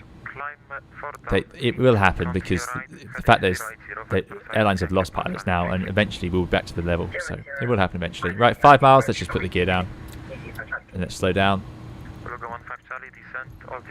He wanted me to report established actually, so that's my job now. Let's get the next stage of flap out. Beluga 270 established ILS 33. Beluga 270, contact tower 118.3. 1183 Beluga 270, thanks, bye. Okay, 1183, but first let's just fully configure and slow down. So, 128, full flap. Arm the speed brakes. Right. Look at that speed reduction, incredible. That would not happen in a 320. Speed is 257 knots and descending /1 Let's see if I can get through. 1183. Okay, 183. Right, landing checklist then. Landing gears down, auto brake is low, anti-skids checked, slats flaps are full, and spoilers are armed. That's the landing check is complete. It's 1,000 feet, we are stable. Runway 29 to walk 1,000. Unit to fully. Unit to 480 battery is fully correct. Brake, Beluga 270 with 350 degrees 4 knots 183 clear to land. Clear to land, runway 33 Beluga 270. Thank you. And we have cleared to land. Very nice controller prioritising us. That's always nice. Right, the thrust will automatically reduce for us. There's our little TCAS display giving us loads of information about all the traffic around. Yeah, so weirdly in this airplane we just need to select the reversers. It will do the rest on its own. It will idle for us as well. We do have to trim though, so let's not fiddle too much after we take out the autopilot. There's autopilot off.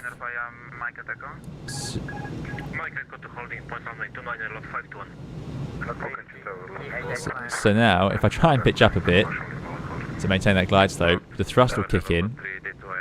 Wind is from the right, remember. And there it goes, and then it will push the nose up and you'll get high because of that pitch power couple. And now I'm going to put the nose down, the thrust will come off. So let's not be too oversensitive with it. This is classic X-plane. Glide slope in the last few feet.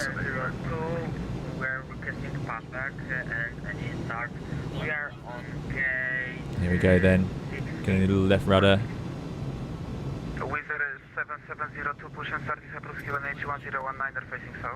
Bit of left rudder there. Hold it off. Bit of interwind aileron. There's touchdown. Get those reversers out. Idle reverse should be more than enough. And we have spoilers. I'm hoping we've got reverse green. And we are decelerating. Let's go manual brakes. Go to forward idle. And we'll just turn off at this exit here. I think we've made the first one there. Let's get that speed under control. 30 knots. And welcome to Warsaw or Warsaw for the event. I can't believe it. I can't believe we made it for another event. But still, I think that was pretty efficient use of the runway. They can't be too annoyed at us for that. There you go. Plane behind landing. Yes, the spoilers did come up. That's good.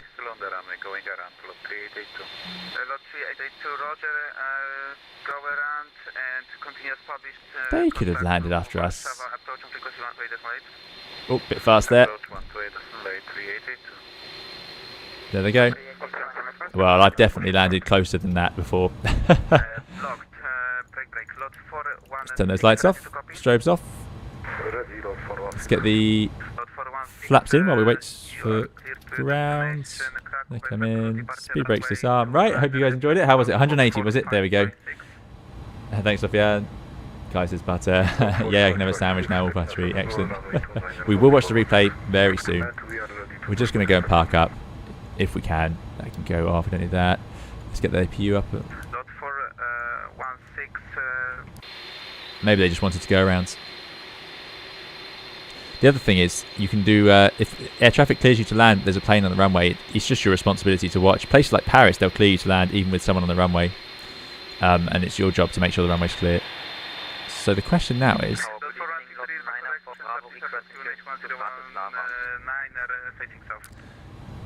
It sounds like this controller's doing... Oh, there's a Speedbird. Was there?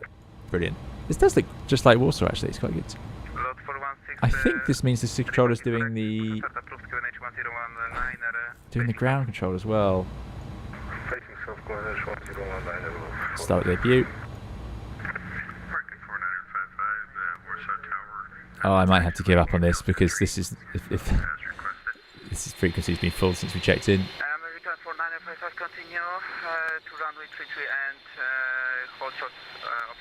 Is there a ground frequency? There's loads of approach frequencies. Oh no, there's just one. Don't think this is ground. No. Okay.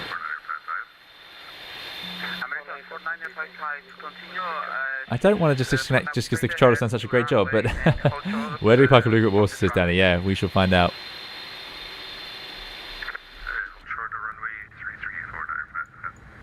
Lot 3885 ready for push and start on 13. Lot 3885, push and start is approved QNH 1019er. Yeah, there you go. Matthew says, that's how it works in the States. Not uncommon to have 3 or 4 aircraft cleared to land on the same runway at the same time. Yeah, there you go. Blocked. Austrian 757 ready for push and start. The Americans, I think, do it quite commonly. I think you should just park it right there. I'm pretty tempted. We could just shut down here. We didn't do anything wrong. We kept the speed up for that approach. I think that plane behind was fine. I think the controllers did a fantastic job, actually. That was perfectly timed. Well, we can't go there.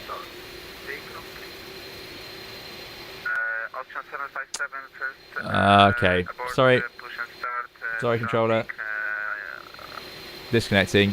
Let's get out of the way. So we are going to go park right here. Yep. That is a jam frequency indeed. Miempa says waited about 5 or more minutes until I request taxi. Yeah, we won't be doing that today. Look at that shadow, my favourite view. Shadow of the airliner behind you, and of the aircraft this massive. That must be great fun. We're just going to park up here. What we won't do today, guys, we won't do the whole unloading. Where should we park? Where can we fit? Yeah, we'll go here. Just because I know it's been quite a long stream and it's getting a bit late. But we will go and do the replay.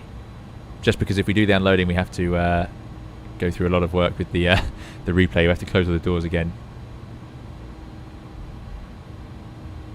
Yeah, maybe the controller. No, I think the airplane went around behind us. That's what I mean. The controller did a great job on the spacing. Not sure where the parking line is here. I think we'll go here. Get ourselves off the taxiway. There, that'll do. We'll just block the road. That's terrible, isn't it? Oh dear. Well, we'll leave it there. Yeah, no. I think the airplane chose to go around. The controller cleared them to land. So there you go. So I don't know why. I don't know why. Maybe they just felt like it. It is a simulator after all. They're allowed to do what they want. If you bleed on, and we would shut down, but what we're going to do, guys, is jump into the replay. And just to prove it to you, we have safe and sound brought the helicopter. It is still in the hold. Whatever helicopter it is, we haven't quite decided. So let's jump into the replay.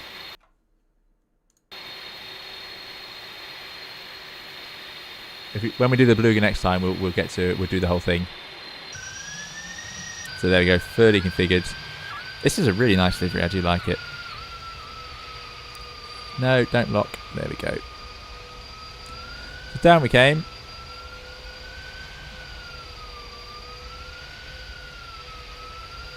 There you go, getting a bit twitchy on the pitch. It is sped up, of course. Danny Ribble says, did you ever have to go around due to an aircraft landing before you? Yeah, I have done. Yeah, sometimes airplanes have technical faults, things like that. There we go. Yeah, that's about all I could hope for. So I've commented on it before, and we're going to see it again here. So when in the 320, you can see it's just such a light crosswind today. It's a few knots from the right, and you can actually barely see the drift on the aircraft. It is ever so slightly pointed to the right as we came in, slightly crabbed. So what happens is when you then use the rudder, we get about here. I probably used a little bit too much, I think. The left rudder, there it is, to point it left. And what happens is, as I do that, this wing goes a bit faster through the air, gets a bit more lift, and we therefore need to put a bit of right aileron in. Now, in 737, in this airplane, you have to do that. In the 320, you don't. It's all accounted for by the fly-by-wire. It's very clever. So there we go. But it's amazing how that's simulated. But what I just find that this airplane, it's so prone to that. As soon as you use any rudder, it tries to roll like that. So yeah, really interesting. Let's go for our classic view, because I think this plane looks great from the classic view. External runway. Let's stay this side, on the sun side. Where's the runway? It's all over here. Sit by the pappies.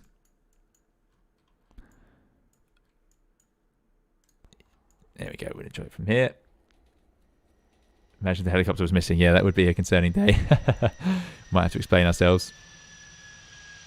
And there'll be obviously our outro music coming very shortly, guys. Glorious. What a machine. And there we go. Spoilers. The reversers should come out. There they go. Reversers out. And it slowed down quite quickly. So, that's it then. Let's jump into our one little window view. We'll just rewind. Back up the approach. Nope, not that far. And what I'm going to do is... Where should we go? Somewhere here. And I'm going to say thank you all so much for coming along today. I've really enjoyed it, as ever. Thank you for taking the time to come and join us on the stream. I hope you have a very good evening or morning or day, wherever you are. Thank you all, for those of you who very generously and very kindly donated. I really appreciate it. It all goes towards the channel, but just thank you so much. Thank you for your kind words. Thank you to those of you who just sat along at home and watched along. I really appreciate it, and I hope you've enjoyed it. Do please leave a like on the way out if you have enjoyed it. And thank you, of course, to the moderators for coming along and helping out with that. So here we go then, guys. Outro music coming. Thank you again to those who also got the cuddly Airbus Beluga sent to me. That's on the Discord for any of you who want to see the picture in the announcement sections. So all that's left to say then, see you again. Another live stream, obviously coming soon, or we'll do another video soon. But yeah, can't wait to see you guys again for another stream. Otherwise, keep safe and well. Have a good evening. Bye-bye.